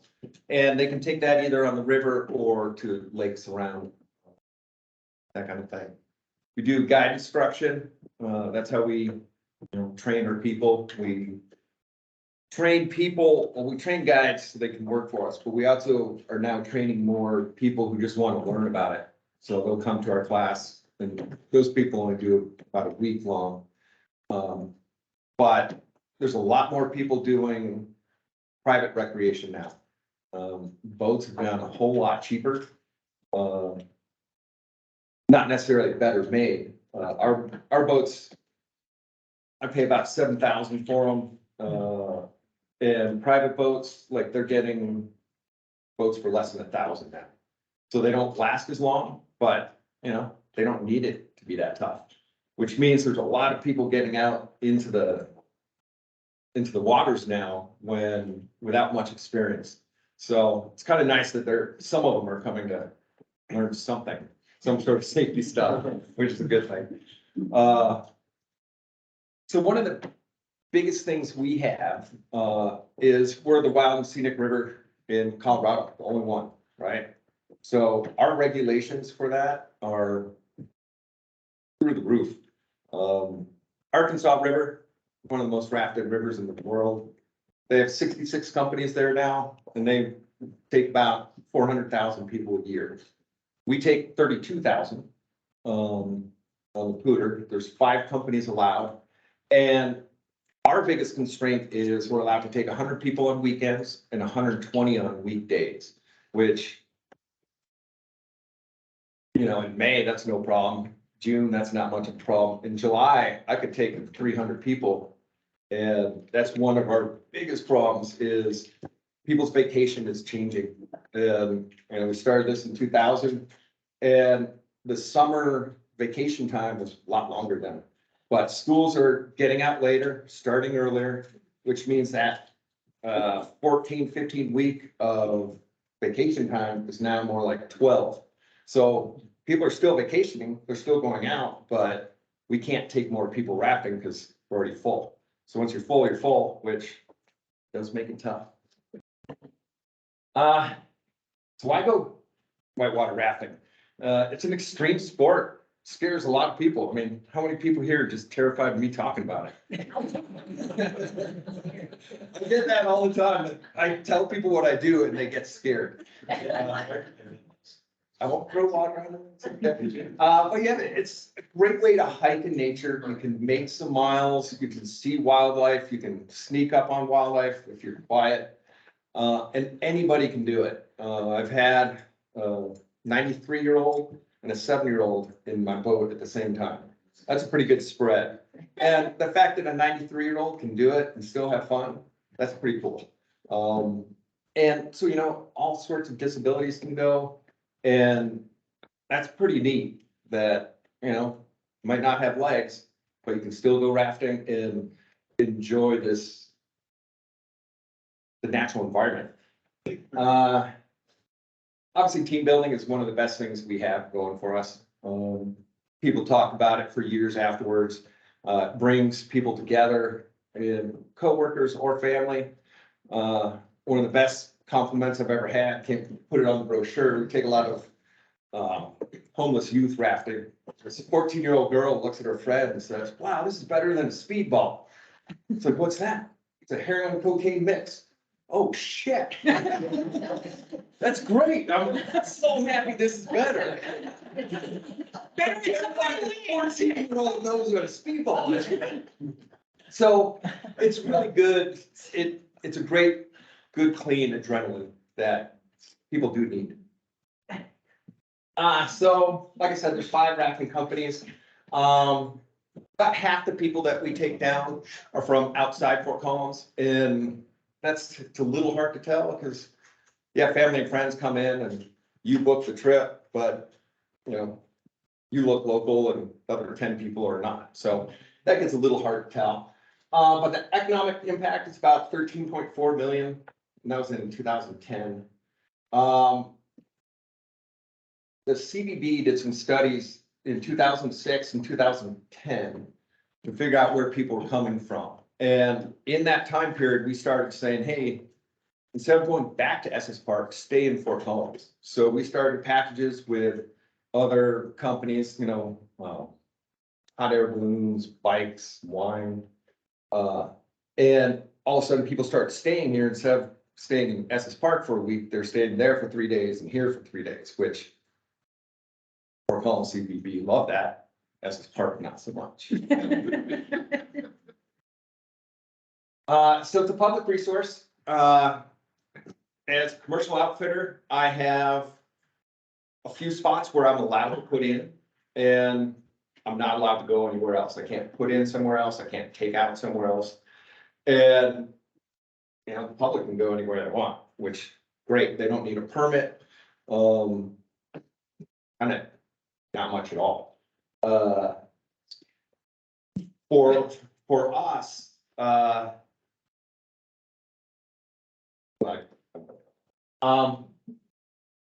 let's see. So it's a wild scenic river, but there are dams on the river, as you know, and those dams are really what helps my business. I mean, I love those dams. So we hope for rains in June, keep those dams high and keep the river high and all the farms out east nice and wet. And then in August, I don't want it to rain again. Like, I know the farmers want it, but if it rains out east, they turn off those dams. And all of a sudden, I'll go from rafting to not being open for 4 days. And that, you know, sure, somebody here knows, but they do this 4-day, they make the call on Thursday and then say, all right, we're turning it off. And we don't know that's gonna happen. So now at least there's some gauges up there and we can look at the gauge online and figure out that we're gonna tell everybody they're going home, which that's never a fun call to make. So we have about a 100-day season, May 15th until whenever that water goes away. Which works pretty well. So we have all sorts of risk factors. You know, we're farmers out there. The droughts hurt us, 23% snowpack is horrible, but so is a 300% snowpack. That's gonna have some huge water and people are gonna start getting hurt and that can be bad, obviously. The landslides after all the fires, that year, I think we closed 10 days plus, just because of mudslides, which was about 18% of my business, just being closed right there. Boom, sad year that year. We've had one tornado, lots of floods.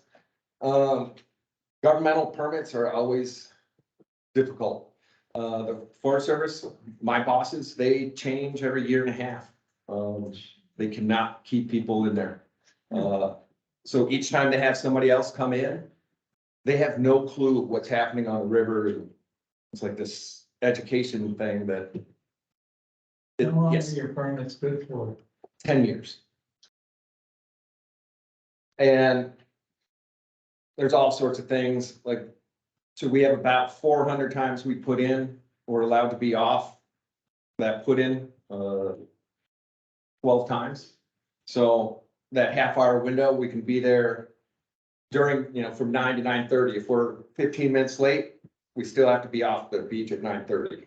So the next person comes in, which, when you're driving half an hour, that's really hard to make that happen. So when we say we have strict put-in times, we're honest and we leave people, which that doesn't make them happy.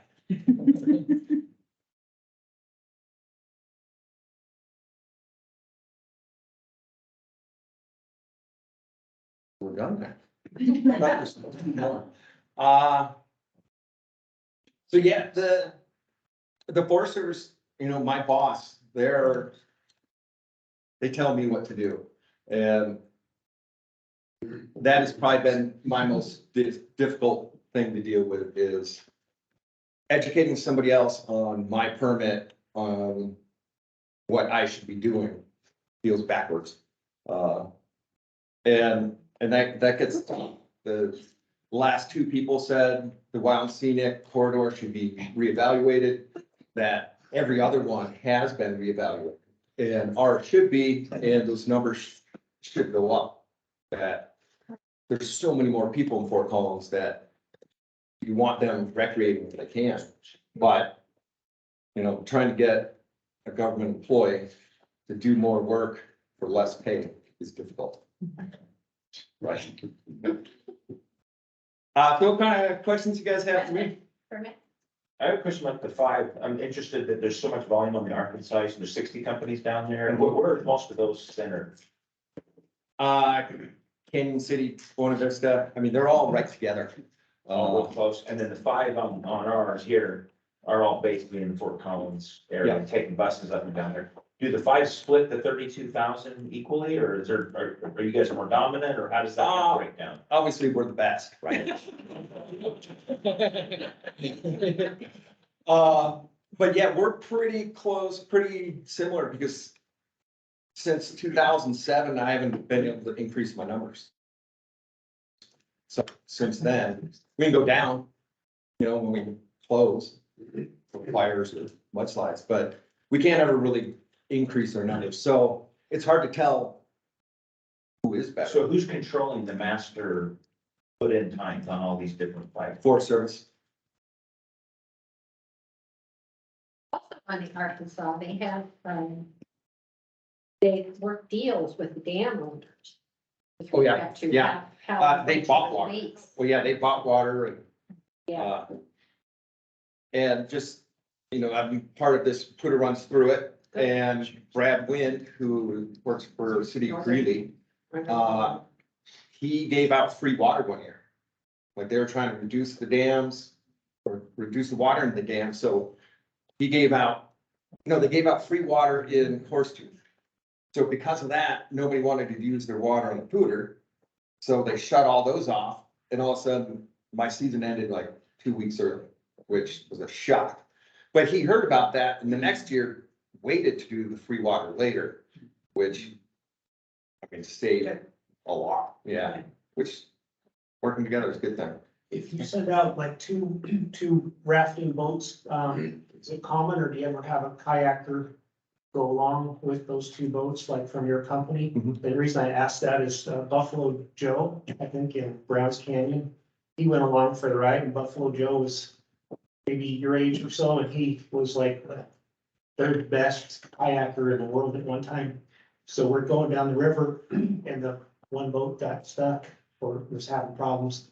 Buffalo Joe went over there, he flipped, was underneath the other raft for a period of time, and then pretty soon, luckily disconnected and popped up.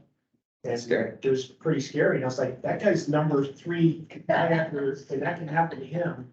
It seemed like it was, Yeah, we are the only company that uses safety boaters on the river. Yeah. It's a $10,000-15,000 expense. It's my favorite job. so how many times if you're saying, But they go down before, and basically it's just, if somebody falls out from the first boat, then they can pick them up. So our safety boaters might only pick up 5 or 10 people, but they're really happy. If they're in the first boat, that person can go for miles before somebody. well, that's good. So it's a big deal. They said if you fall out, and it wasn't like the really technical part, or the river wasn't that high, but it was in Browns Canyon. They had these series of rapids, and they said, if you fall out in this area, you better get back in real quick. So sure enough, the wave came over, I fell out, and I was probably 10 feet from the boat, but that 10 feet to back to the boat, it took me like less than a second. I was like. I was in so fast. I have a cataract that I use for my safety boat, and I usually do pretty well. Last year, high water. Different the level was. But it's not peak day for high water last year. I ended up flipping twice that day, which that was terrifying. We had 2 safety boats out, so he could save me. 2 questions. The first one is back to Arkansas, which you may not know. You said that a rafting company can buy water rights or water from a dam. Is that like an in-stream flow right, or what are they buying? I think so. Yes. They're buying a timing of the leaves, Huh. and the water goes on to another beneficial source. Wild and Scenic River, which I thought meant it couldn't have dams on it, but the Poudre has dams that preceded the statute, or there was a Yeah, the waiver dams for were the first. statute. Yeah. And they're on the side. streets. The big ones are anyway. Are the head gates or diversions, is that what you're talking about as far as dams? Because they don't dam the whole river, correct? Tributary dams on the. Yeah. So Comanche, Long Draw, Joe Wright, they're all on Gotcha. tributaries. And hold a lot of water. I mean, it probably keeps my business going from July 15th to August 20th.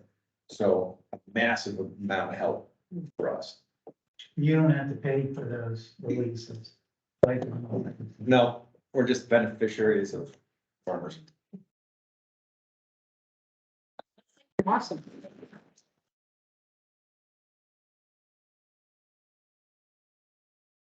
Next up is the Next Unlimited. I got to know Greg when I was director of CWCB, and I think I kind of got one of your first awards. I think that's true. Yeah.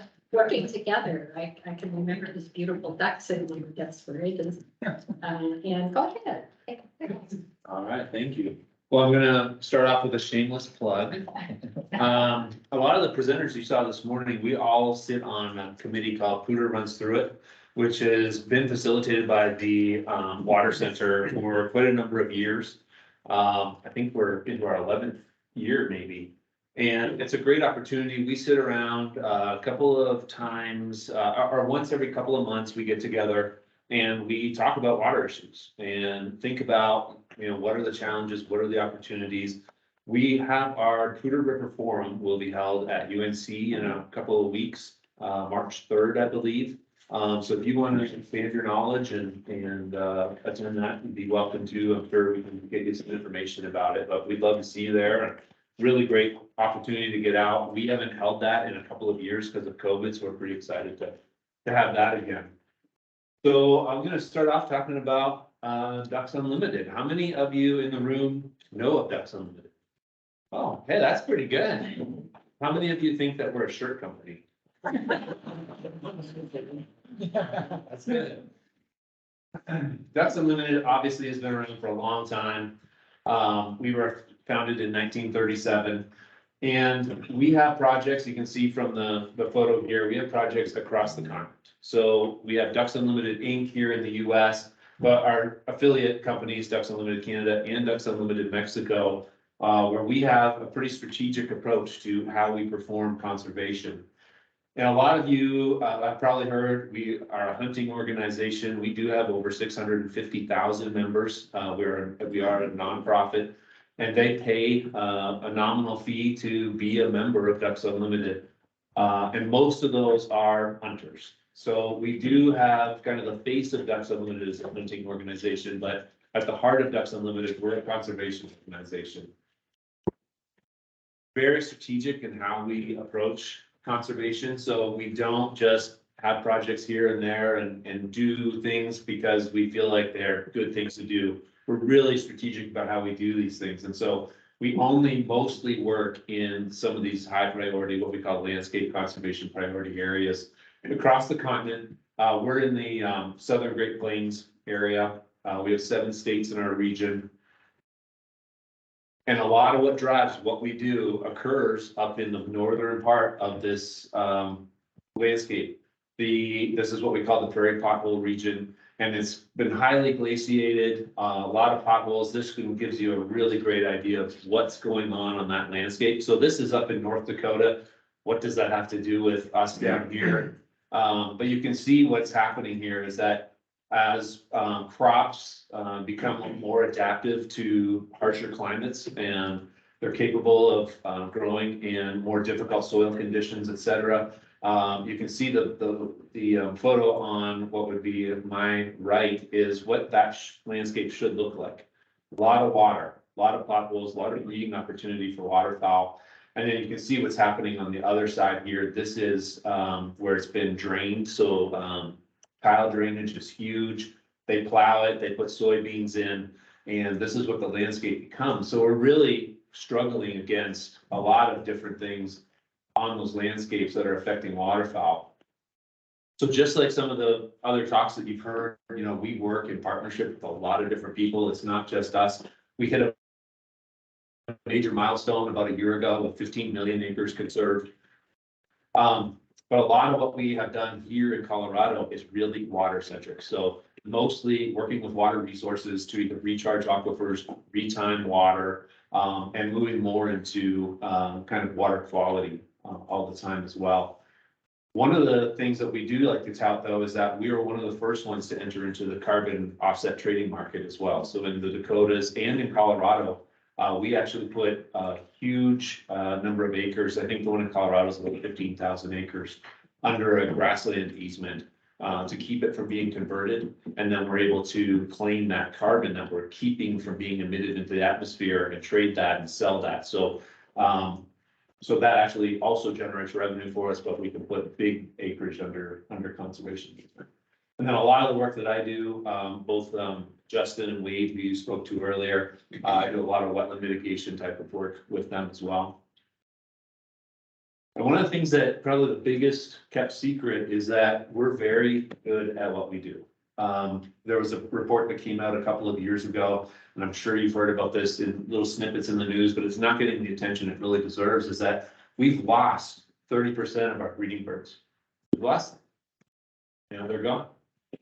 But the same report came out and said it's because of hunters who primarily want to see healthy waterfowl populations for recreation, raise their voices. They have reinvested money. We get a lot of money from the federal government.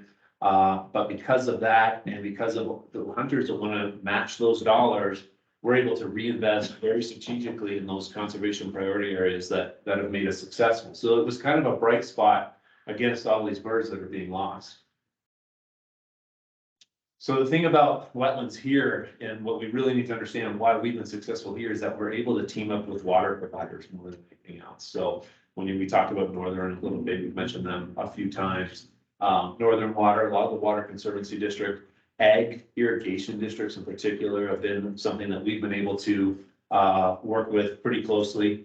And they're interested in the fact that they do aquifer recharge. They're interested in the fact that the wetlands can clean water, that they can reclaim water. They're really a dynamic system that provides a ton of benefits. But when we first approached all these guys, they were said, well, wait a second, you guys want ducks. You just want to use my water and raise more ducks. It's like, hey, you just want to use my water and raft down the river. And that's true to an extent, but there's win-win-win scenarios in all the things that we do. And if we have the stamina to persevere and have these conversations, these difficult conversations, we can be successful. So tying this mission together a little bit, I was showing you those prairie potholes up north, that's where a lot of our breeding birds occur. 87% of what happens to waterfowl populations occurs on the breeding grounds. But we do have a hunting population in Colorado that likes to harvest those, and you can see, just from this map, the size of the impact that those breeding populations in the north have on us. Most of the birds that we harvest here come from the prairie pothole region. And you can see there's a leg band on that duck. This is what they do, during the breeding season in the summer. There's biologists putting these leg bands on waterfowl, and then when you recover them, you call in, or you can go online now, and you report that leg band, and that number they'll give you a certificate that says, hey, here's where it was banded, here's how old it is, you get kind of a history of it. So it's fun for hunters too to take those in. One of the biggest changes that we've seen in most recent years, we've been very waterfowl focused. Waterfowl biology really drives everything that we do, but the North American Waterfowl Management Plan, which came out, was revised in 2018, for the first time took a look at kind of human dimensions and said, wait a second, our interest is that we've relied on hunters for a long time to kind of support us, but the hunting age the age of hunters is starting to increase to a point where they're retiring out of it. We're not seeing as much recruitment of hunters.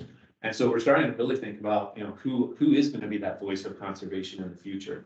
And it turns out, we need to focus really on the urban population, where our population centers are and what we're going to do. And I meant to introduce Matt Reddy. He's our biologist here in town. We've got a team of about 14 staff here in town, mostly biologists and engineers. But Matt is particularly focused on this issue. How do we address human dimensions and introduce what we love to a constituency that's not familiar with this at all? This is just a map of kind of DU completed projects here across the state. You can see again, even at the state level, we're very focused on what we do. Areas where there's high population of waterfowl migration, waterfowl breeding, the San Luis Valley, in the south, North Park and the South Platte have always been kind of the areas that we've really focused our efforts. One of the things that really caught my attention, and one of the reasons I started working with Jennifer and her team at the CWCB, was they were starting this South Platte recovery program when the water plan came out several years ago. I think this slide is actually from the old water plan. But the thing that caught our eye is that the amount of water that's being diverted from agriculture to municipal use was pretty alarming. And it's another story that doesn't get told very much. A lot of I think one of the agricultural producers I worked with recently said, a lot of the water that's out there is already owned by municipalities. It's just being leased back to ag producers. So that has already occurred. Now what we're waiting on is, when do we take that water off the land and put it into municipal use? And the original estimates, they haven't changed a whole lot in the new water plan, but the original estimate said, we're going to lose 180,000 to 267,000 acres of agricultural land on the South Platte. For us, that's pretty alarming. You think about the way that wetlands work.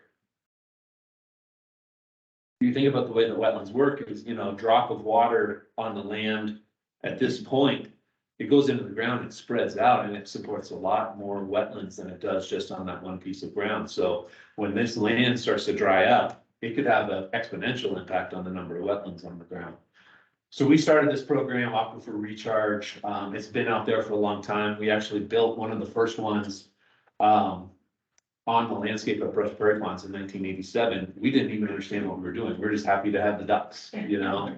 And it turns out it was one of the biggest contributors to the town of Brush being able to maintain their municipal wells.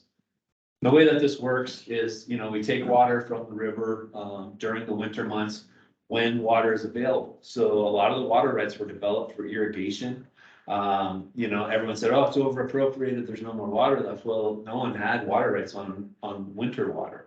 So we were able to, and I say we, but kind of the community was able to put together a plan. I said, well, let's put this water to work in the winter. So we take this water, we direct it up into a wetland, far away from the river. So this one in particular is at Tamarack, so it's about a mile or so from the river. And we put it in these potholes up here, and the waterfowl will flock to them. You know, we get a lot of use out of these. And then that water goes back into the aquifer, and it returns to the river during the summer and the fall. You know, it goes through the groundwater, it's retimed, it comes back, and it comes back at a time when the demand for water is high. So irrigation, municipal, industrial use is huge. You can see this is a photo. I love this photo because it's from 2002 when biggest drought in Colorado history dried the river in many, many places. Well, what happens when you have a good recharge system is that right behind, as soon as you have a dry up point, you go a few feet downriver and that water is already coming back into the river. You know, so it's a gaining, it was a losing stream, now it's a gaining stream. You go down to the next head gate, they take that water. So we've got a system that is much more capable of sustaining itself than we have had in the past. And I like, this is a good story. I had a laugh because I think this project is at least 15 years old now. It tells you how long I've been doing this, but there's a project close to the Nebraska state line that we put together. And the landowner came to us, he bought this property, you can see, you know, it's mostly dry land, no water rights on it, nothing. He said, you know, I'm interested in doing something more with this. I like waterfowl hunting, I'd like to do something else. And so we took a look at it and said, you know, maybe there's something we could do. So we went ahead and developed a plan that included, I think it was a 1.5 mile pipeline from the river to pump water up into these ponds that we built up here for recharge. And that water, again, just goes back to the river and it satisfies the water rights, but it didn't have water rights. We didn't have that. So we went to the local Water Conservancy District and we said, hey, we want to build this thing. If you guys will file for a new junior water right, we can make this whole thing work. You guys get the water credits, we get the ducks, everybody's happy. And they said, yeah, you know, let's go ahead and do that. And on top of that, we took a property that was dry land ground worth maybe $400 an acre and put water on it. Now it's worth $1,600 an acre, you know, so the landowner gets something and he's happy.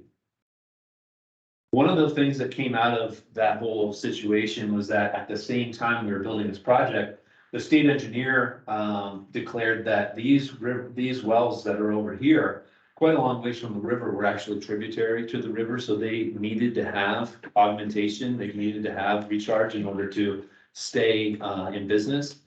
We were able to work out a deal with them through the Water Conservancy District and their water quote filing to cover those wells. And so those farmers didn't miss one season of growth. To me, that's the story of Ducks Unlimited. That's the way that we approach our business. We want to make sure that there's multiple benefits from everything that we do. It's not just, hey man, raise another duck, let's go out and kill it. This is the kind of stuff that we do. This is what we put our efforts and our energy towards on a regular basis.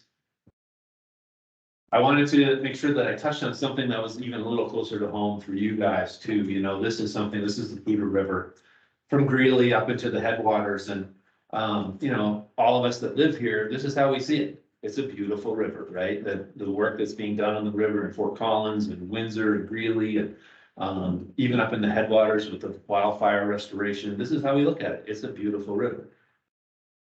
This is how the EPA sees this river. You know, the blue and the pink represent E. coli, sediment, temperature, all the impairments that are actually having an effect on this river.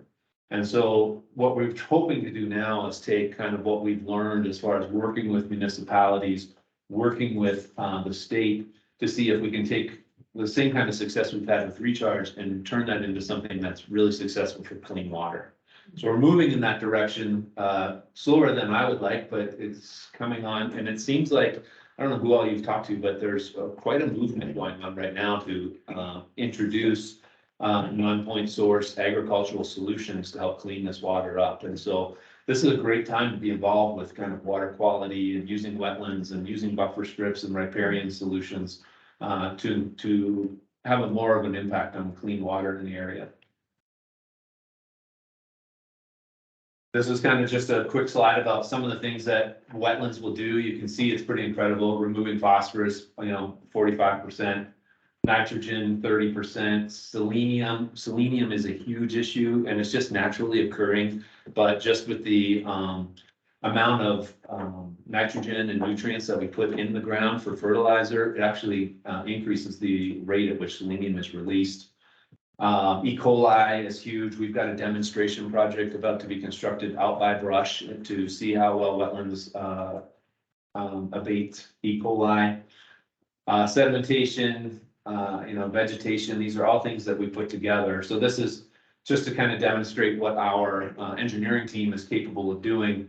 This is a regular type of plan set where we went into that same piece of property, did a survey, developed a plan, and this plan was for nitrogen, I believe, where we would trap nitrogen coming down through this area. It used to just kind of flow straight through this field. We would trap all of this nitrogen and let it settle out, treat it, and then return it back to the lake to accomplish that goal. And so this was a pretty exciting project again, this is Northern, this one actually by Granby was a project we were doing for Northern for their NIST project. And I just wanted to leave you with some thoughts. Conservation isn't just one thing. It isn't just the science. It's not just the habitat, but it is also those people that really care about what we do. And that includes the hunters. And hunting, I wanted to leave you with this. Hunting is conservation. It's that simple. We have to have people that care about this stuff. And if we can cultivate those folks, the culture of caring for conservation, for wildlife, we can accomplish incredible things. And I think that that's the kind of thing that I like to see come out of a group like this. You guys can have those conversations, really talk about those challenging things, and then come up with solutions that lead to a brighter future. I'll leave you with that with some questions. Thank you.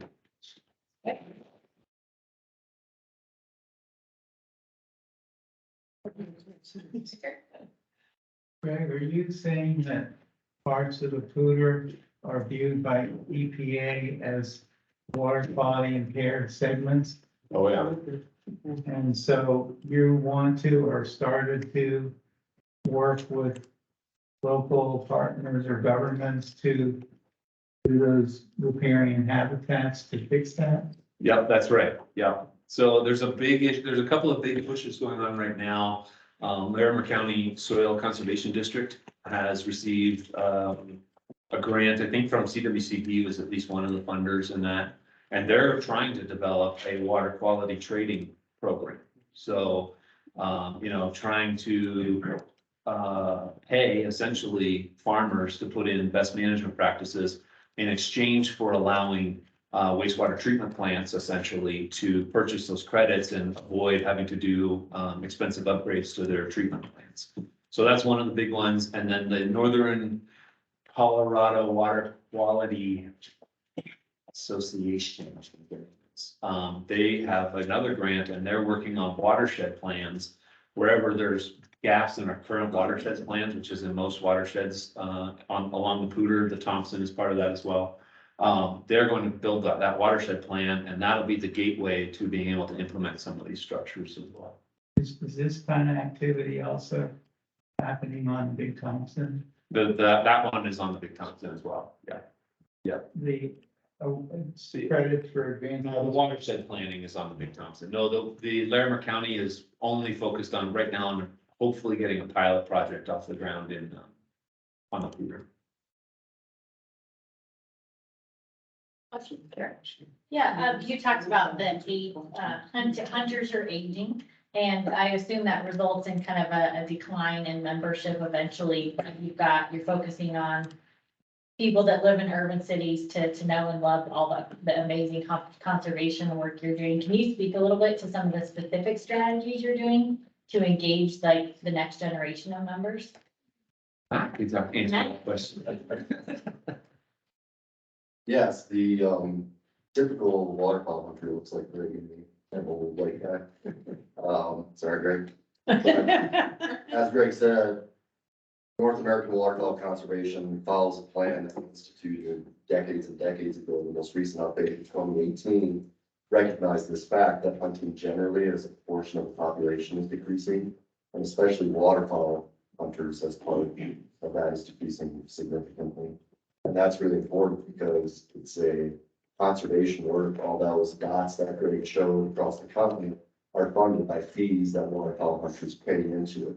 And as they drop away, all that good work we did over the 20th century maintaining these wetland systems so that migratory birds exist across the continent are going to become unfunded. And so the 2018 update to NAMWA, as we call it, specifically stated that we have to maintain those supports and maintain that model of conservation that's been so successful. We have to start developing strategies to open ourselves up to non-traditional audiences. And recently in our office, I've taken that on, as Greg said, and we hired some staff. And what we're doing is we're working with one of our initiatives with the National Park System. We've been around since 1937, as Greg says, and we've never had a single project partnership with the National Park Service that we can find. So that was interesting. So that's one of the things we're doing, working with Rocky Mountain National Park, Yellowstone, those places.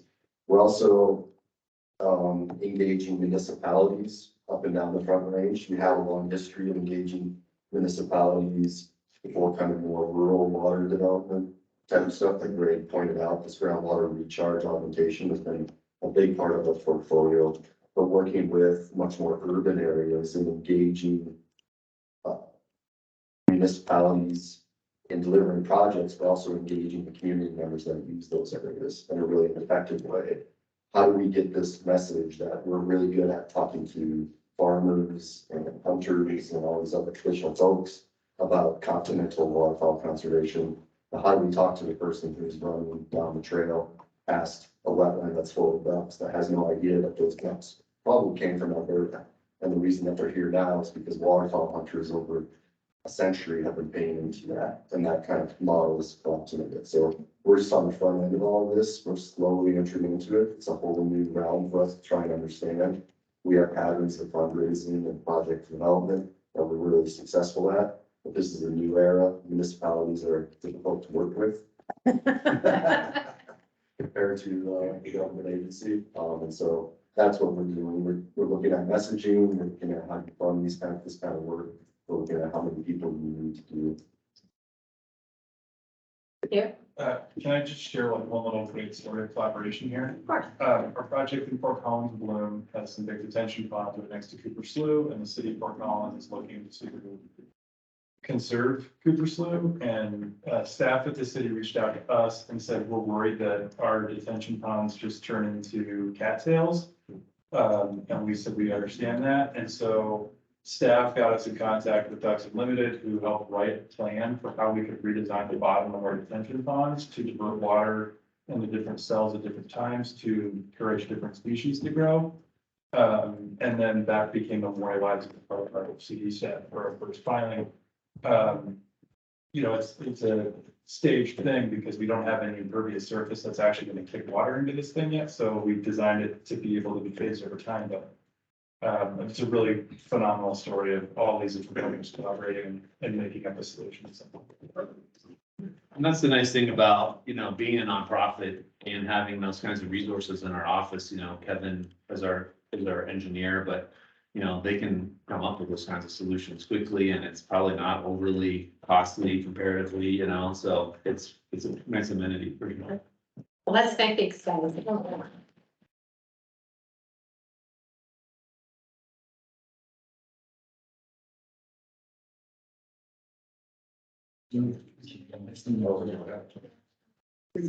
Yeah. It's about there. So it's not.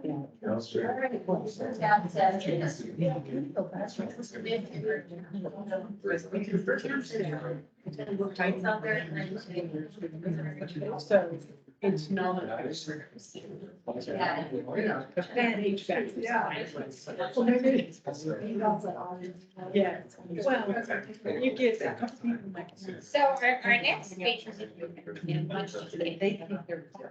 Let's just game. Gotcha. So once you get him, listen, next speaker is Eric, England. Eric and I both serve on the Colorado Water Congress Board. And that's been really interesting for me. So it's, he's from the he's the Rockies Water Team Manager from Occidental Petroleum. So he's going to talk about water for industry. So Eric? Good morning. Thank you. Just make sure I have everything set up. And do you need a break to grab the food? Is everybody gonna be? We're not. Do a little. All right. Go ahead. Okay, great. Thanks, Jennifer. Appreciate the chance to talk to you folks today. Jennifer mentioned Eric England. I am the state oil and gas rep for Colorado Water Congress. I served with Greg for a few years on the South Platte Basin Roundtable. I work with the South Platte water-related activities program, some of the environmental stuff there at the state line as well. Colorado kid, grew up on a farm just south of Berthoud, CSU grad. I've worked in agriculture, residential, municipal, water engineering, and for the last 10 years working in industrial water engineering. My goal to round it out is to go into recreation. So I need to get with Greg and talk about either rafting or hunting, ducks unlimited, or maybe even snowmaking. But I love Colorado, appreciate Colorado. When I was a freshman in college, I got to spend 2 weeks sitting in on some water court case that my parents were involved in. Didn't know at that time that that would be something I would really become further involved in, but got a lot of experience early on. This slide is intended for us to take a pause and just reflect on all the things that we depend on related to oil and natural gas products or byproducts. Some of them are obvious with heating, especially today, transportation, but asphalt on the roads, your tires, the plastic we have with all our technology devices, cosmetics, a lot of things in our homes and the construction and the day-to-day use. It's a commonly utilized product for several different purposes, an important piece for us in our lives. Occidental Petroleum is a company that embraces all of the above philosophy regarding energy. We understand that as the world continues to develop, the needs of energy increase, and that needs to be met by a number of solutions. You see the ongoing increase in the great value of renewables. We also expect that there'll still be a baseline demand for other sources as we continue out into the future. Oxy has substantially committed to a net zero policy where we hope to get to the place where we're not just offsetting the carbon that we're generating from our operations, but even offsetting the carbon that we're generating from the product that we bring to the marketplace. We're building one of the US largest direct air capture units in Western Texas right now. We're partners in the CCUS program here in Colorado, working with the governor and several of the state universities, looking at some pilot projects coming up. We actually just recently got some funding for some geothermal projects here in the Rockies. We'll be using some of our drilling technology, some of the advanced angling and directing and deep drilling to try to see if we can advance some of those programs as well. I will spend just a couple minutes talking about oil and gas development. Hope it's not a bore to you or a repeat, but just want to make sure we understand the basis for what we do. A typical oil well, which you may see a drilling rig set up somewhere near here in northern Colorado, 5 to 10 days to drill a well these days. And that really, the time is a function of the complexity of the well. How far do we have to go? How many turns do we need to make? Similarly, for the hydraulic fracturing, also related to the length of the well, how complex do we want to interact with that formation? And then ultimately, after we've turned the well back to production, the forecasting we're seeing with the wells that are producing today is that we could expect a 20+ year life with those wells. It starts with the formation, the minerals, what's under the ground. Are we in the right area to identify and be able to access the oil and natural gas?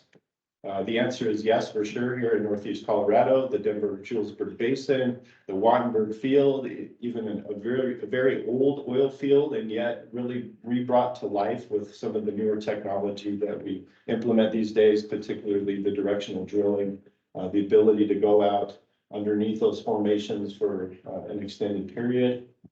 A key component is the surface relationships that we have. We have access and rights to develop those minerals. In some cases, we own those mineral rights, in some cases, the landowner does, or someone else does. We need to negotiate that. We need to have that approval on the surface to be able to place equipment as well. So the extended process, we work with the Oil and Gas Commission, with our local communities to ensure that we're siting those operations adequately away from development, from homes and residences, to make sure that we have the least impactful solution. If you can think back to the old vertical days, we would have had several wells within a section to try to just barely penetrate these formations. And now we have the ability from a single site to drill down and substantially direct through and access the minerals there. Part of that drilling process is constructing a well that is capable of protecting the well from the formations and also protecting the formations from the well and being able to be in place for an extended period of time. So within the construction, our first step is a surface casing, which is often up to or beyond 2,000 feet deep.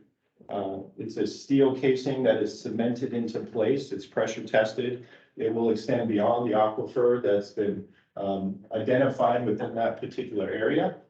Once pressure tested and confirmed, then we will drill down the intermediate casing. Within a well, we'll talk about the heel of the well or the toe of the well. The intermediate casing will typically extend down just before the curve.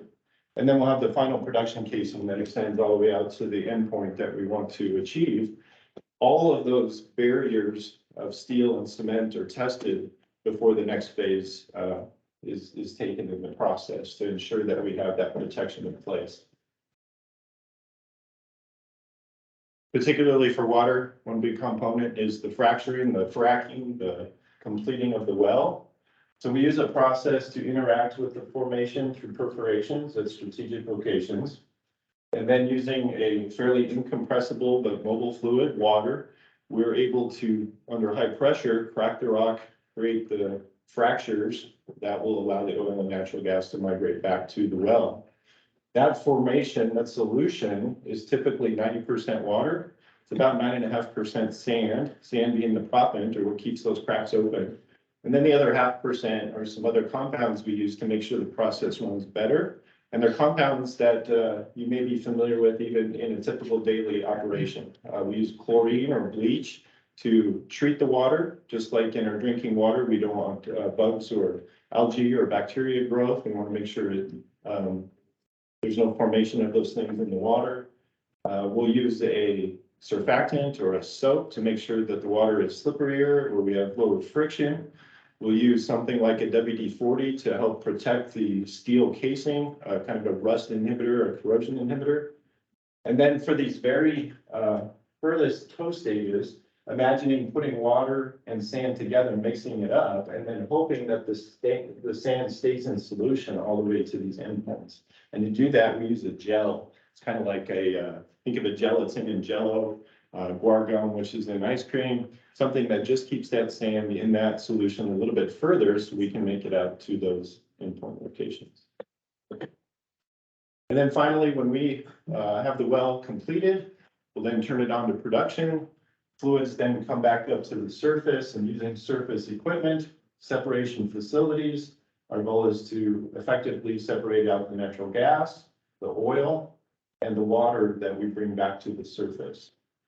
Often the pressure naturally in the formation is due to that natural gas, and that's what will evacuate the other fluids over time. That gas will deplete in its energy. And so that's often when you'll see one of those pump jacks out there, is where it's still lifting oil and lifting water back to the surface. Okay, so something that's near and dear to me is this water energy nexus, this interconnectivity of the two. I think this little table on the left highlights it. It takes water to produce energy. It takes energy to produce usable water. So if you think of a lot of the energy methods that we rely on, certainly oil and natural gas with hydraulic fracturing, but also the processing, you have steam, you have cooling in nuclear, natural gas, coal facilities, within the manufacturing and the mining processes for the elements and components for wind and solar, you use quite a bit of water. And then on the other side, we use a lot of energy to make use of our water. Most of us here today could be drinking some form of CBT water that came over from the West Slope that was pumped up from Lake Granby over the Rockies and back down. That water also traveled through several power stations along the way, generating some power for us. That water then goes to the Soldier Canyon filter plant, cleans it up. Now we're drinking it as well. Energy is needed for all of those steps in that process. Our irrigators are using crop irrigation methods, using energy. Center pivot sprinklers are highly efficient, but need power. So there's that connectedness. And one thing personally I found interesting, I did spend 10 years at one of the water districts in the area and did water planning for them, sat in several Windy Gap meetings and NIST meetings over the years. Water can be a polarizing subject, and putting a new dam near a river can be a polarizing subject. How do we conserve more so that we can meet the needs of people coming into the area? Oil and gas is a polarizing subject at times as well. But I think intrinsically, it's about the fact that those natural resources have a value that was identified all the way back at the formation of our state and the formation of our laws. Water has value. It may originate on your property, it may be under your property, it may pass through your property. It doesn't necessarily mean you have rights to that water. Minerals, you may be on top of them, you may have access to them, they may be yours, they may be someone else's, and that creates some conflict as well, as these precious natural resources have this value that people realized, and we benefit from the good of it, but that also brings some challenges sometimes as well. Okay, within our operations in oil and gas, our company, and specifically our team here in the Rockies, tries to focus on managing water within the life cycle of the operations. And if there's a blue dot on here, water is probably involved in the operation. So obviously, water is an important component of everything we do, all the way from the beginning of a process of constructing a road to a location, to building the pad, to addressing dust suppression, to drilling the well and cementing the well and cleaning the well.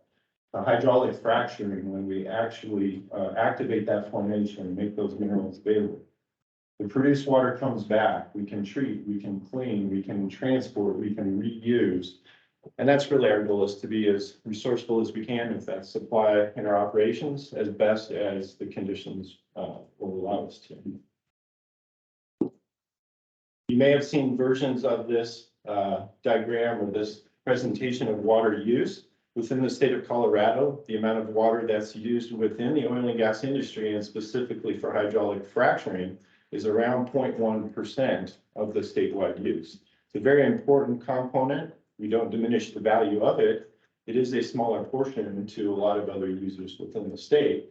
But in light of the fact that this is an important component, what our company is committed to is using non-potable supplies, only approved commercial and industrial water, recycling and reusing as much as we can, and working to find ways where we're not competing with other users within our service area.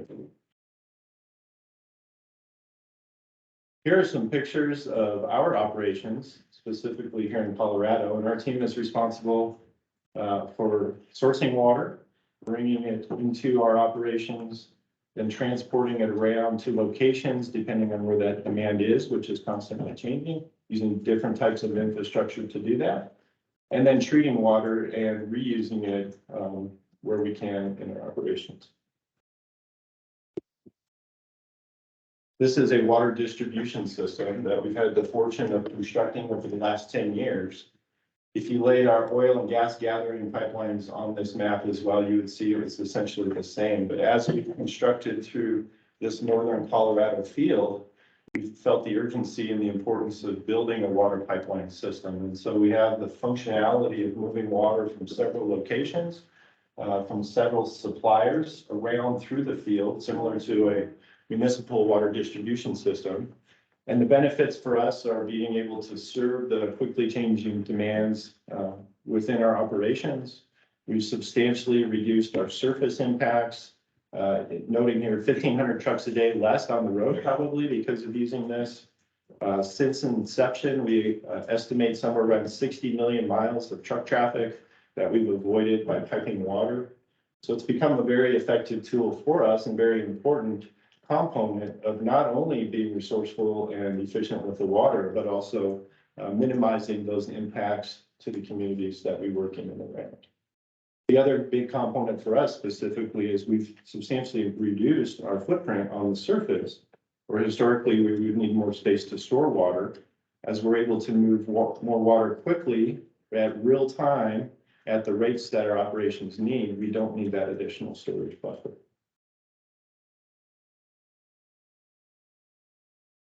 I mentioned recycling. There's two areas we really focus on here in Colorado and Wyoming. Mobile water recycling, which is really to get the water just good enough to be able to reuse in the fracking operations. So very low quality, but it interacts well with the formations. The quality of the water does matter as it interacts with the rock, but we're getting better and better at using poor and poor quality.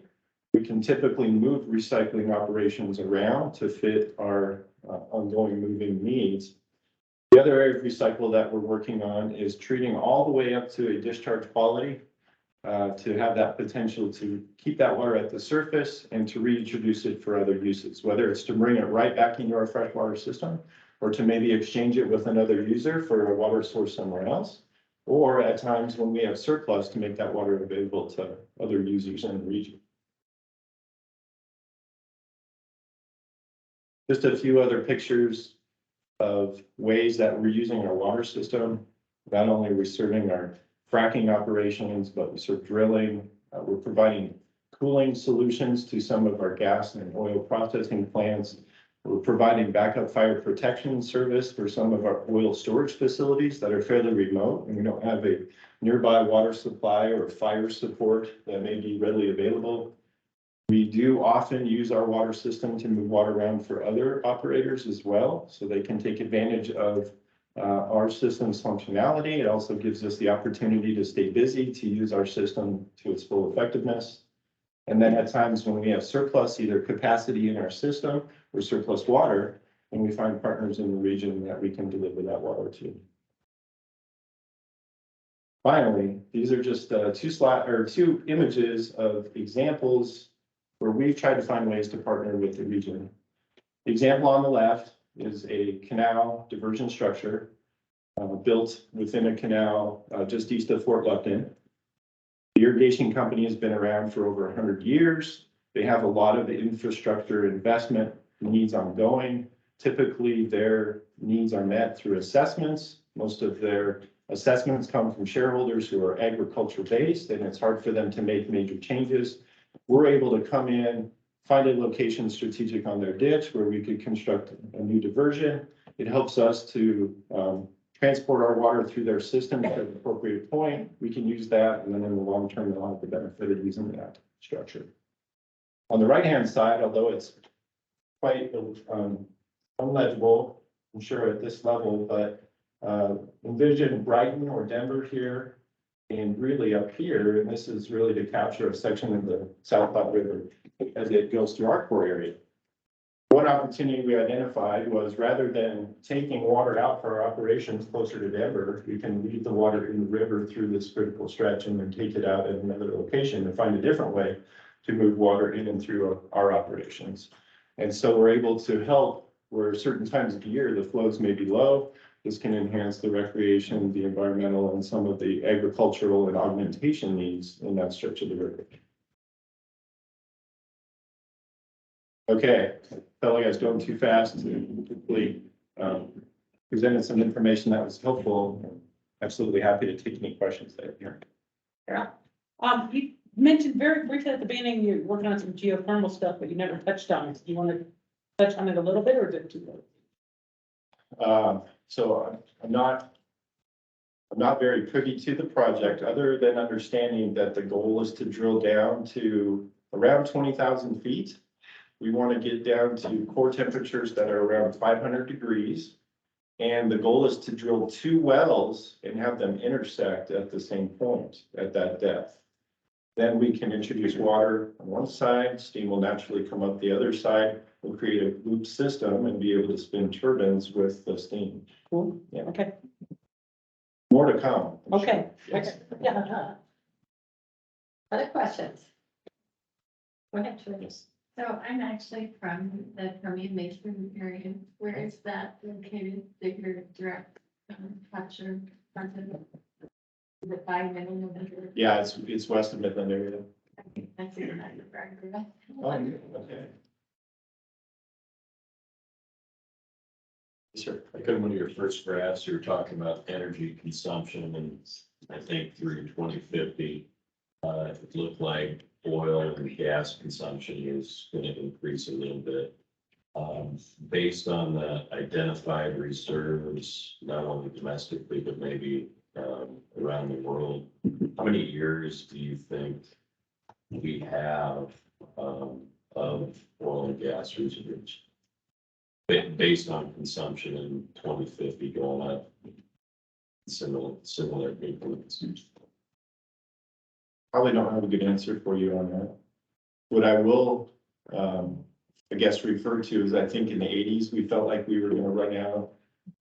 Right around 2000, we felt like we were hitting a terminal level of consumption versus what we could bring in. And the driver that always seems to get us over the hump is technology. So while we're extracting oil and natural gas today out of the formations here in Colorado, we're not extracting all of it. We're getting the best that we can with the tools we have today. So I think if we stayed on today's course, we're probably 70 to 80 years of continuing that type of extraction of the minerals. But if technology changes, if we can go back in and further enhance those processes, I'm not quite sure how far we could go, but quite a bit further. Go ahead, Scott. In a normal average fracking operation in this area, how much of the water do you think you can recover and recycle and reuse? What percent? So a typical well in Colorado will deliver back around 60% of the water that we use. And that's over the life of the well. So we'll see a little bit of that water right away, and then we'll continue to capture it over time. Of the water we capture, we can recycle about 20% of it today. And we have goals for recycling more. What has been our challenge the last couple of years actually has been intermittent activity, is trying to get to a synergy where we have inflows and outflows that are consistent. Running a treatment process, a treatment plant is much more effective when we have those consistencies in our operations. Shirley mentioned the Permian Basin, and in our West Texas and New Mexico operations, for every 1 barrel of oil they get about 10 barrels of water. Where in Colorado, for every 4 or 5 barrels of oil, we only get 1 barrel of water back. So in our other operations, nationally and even internationally, we do have very robust recycling programs, and it's in large part driven because of how much water they're having to deal with and the scarcity of other supplies to use in those areas. The other spot had his hand up too. Well, it was a similar question, just probably from the other direction. I was wondering, as the industry continues to get more and more efficient with recycling and everything, do you know what the percentage of the water is that goes down an injection well, a wastewater injection well? Because that water doesn't come back to the hydrologic cycle, right? I'm just curious how that efficiency is getting the percentage down.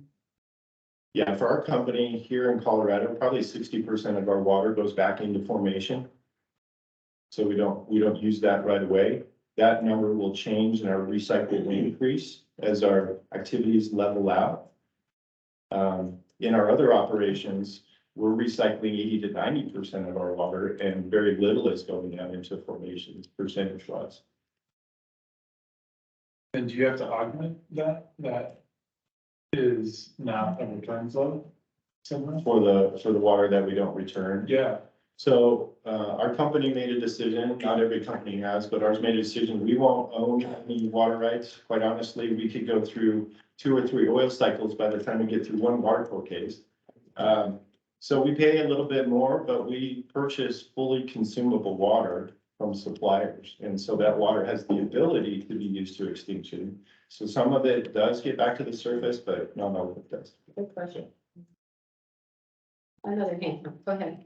You mentioned that you're working toward a net zero policy in the beginning of Mhm. your presentation. Can you talk a little bit about what that looks like for your company and I guess just for oil and gas operators in general?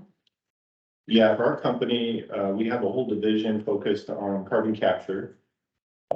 And one of the processes will be a direct air capture unit. If that works well, we'll continue to expand that. But we're also partnering up with other industries who tend to develop higher concentrations of carbon dioxide. So cement plants, other companies that we can work to capture it right away. And then what we'll do is we'll pipe it to where we can put it to use. Now, most of the capture of the CO2 is going to be re-injected into deep formations, similar to what we may do with water or even accessing these formations.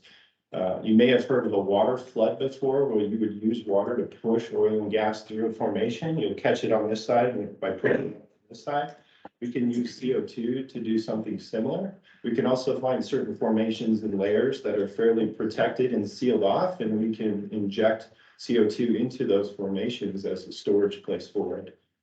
So direct capture of carbon, indirect capture, and then other relationships with other companies to do that. I have a question for Eric. It's great. I've seen presentations on hydraulic fracturing and understood that well, but I think I underappreciated how much water is used throughout that process. How much, I know the technology keeps getting better and better. I remember I was up in the Williston Basin a few years ago, and they gave me I can't remember what it was, about how much oil and gas is left down there, because we just haven't figured out the most efficient way to get it all. About what efficiency are we at now with the current best methods and best proppants and the best fracturing technology? How much of the oil and gas are we still leaving down there? I think in this area, we believe we're getting about 50% of the oil and the natural, we're getting most of the natural gas out. It's pretty free flowing, but as far as the rest of the oil, there's probably 50% left in there. Let's thank Eric.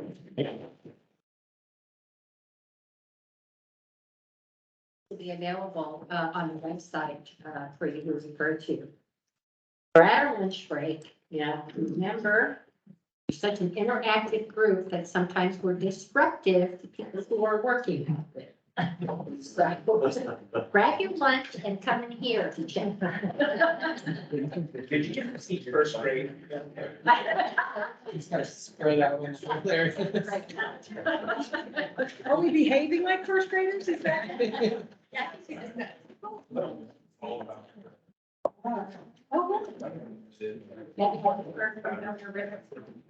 so he did say virtual. Yeah, he transitioned to virtual, and yeah, we were just chatting on. So you'll be. I saw that, yeah. He said he'll be ready to go 12:40, 12:45, either of those. I said it might be 12:45, but we finished early, so I bet we'll be right on time, yeah. Yeah, we're something like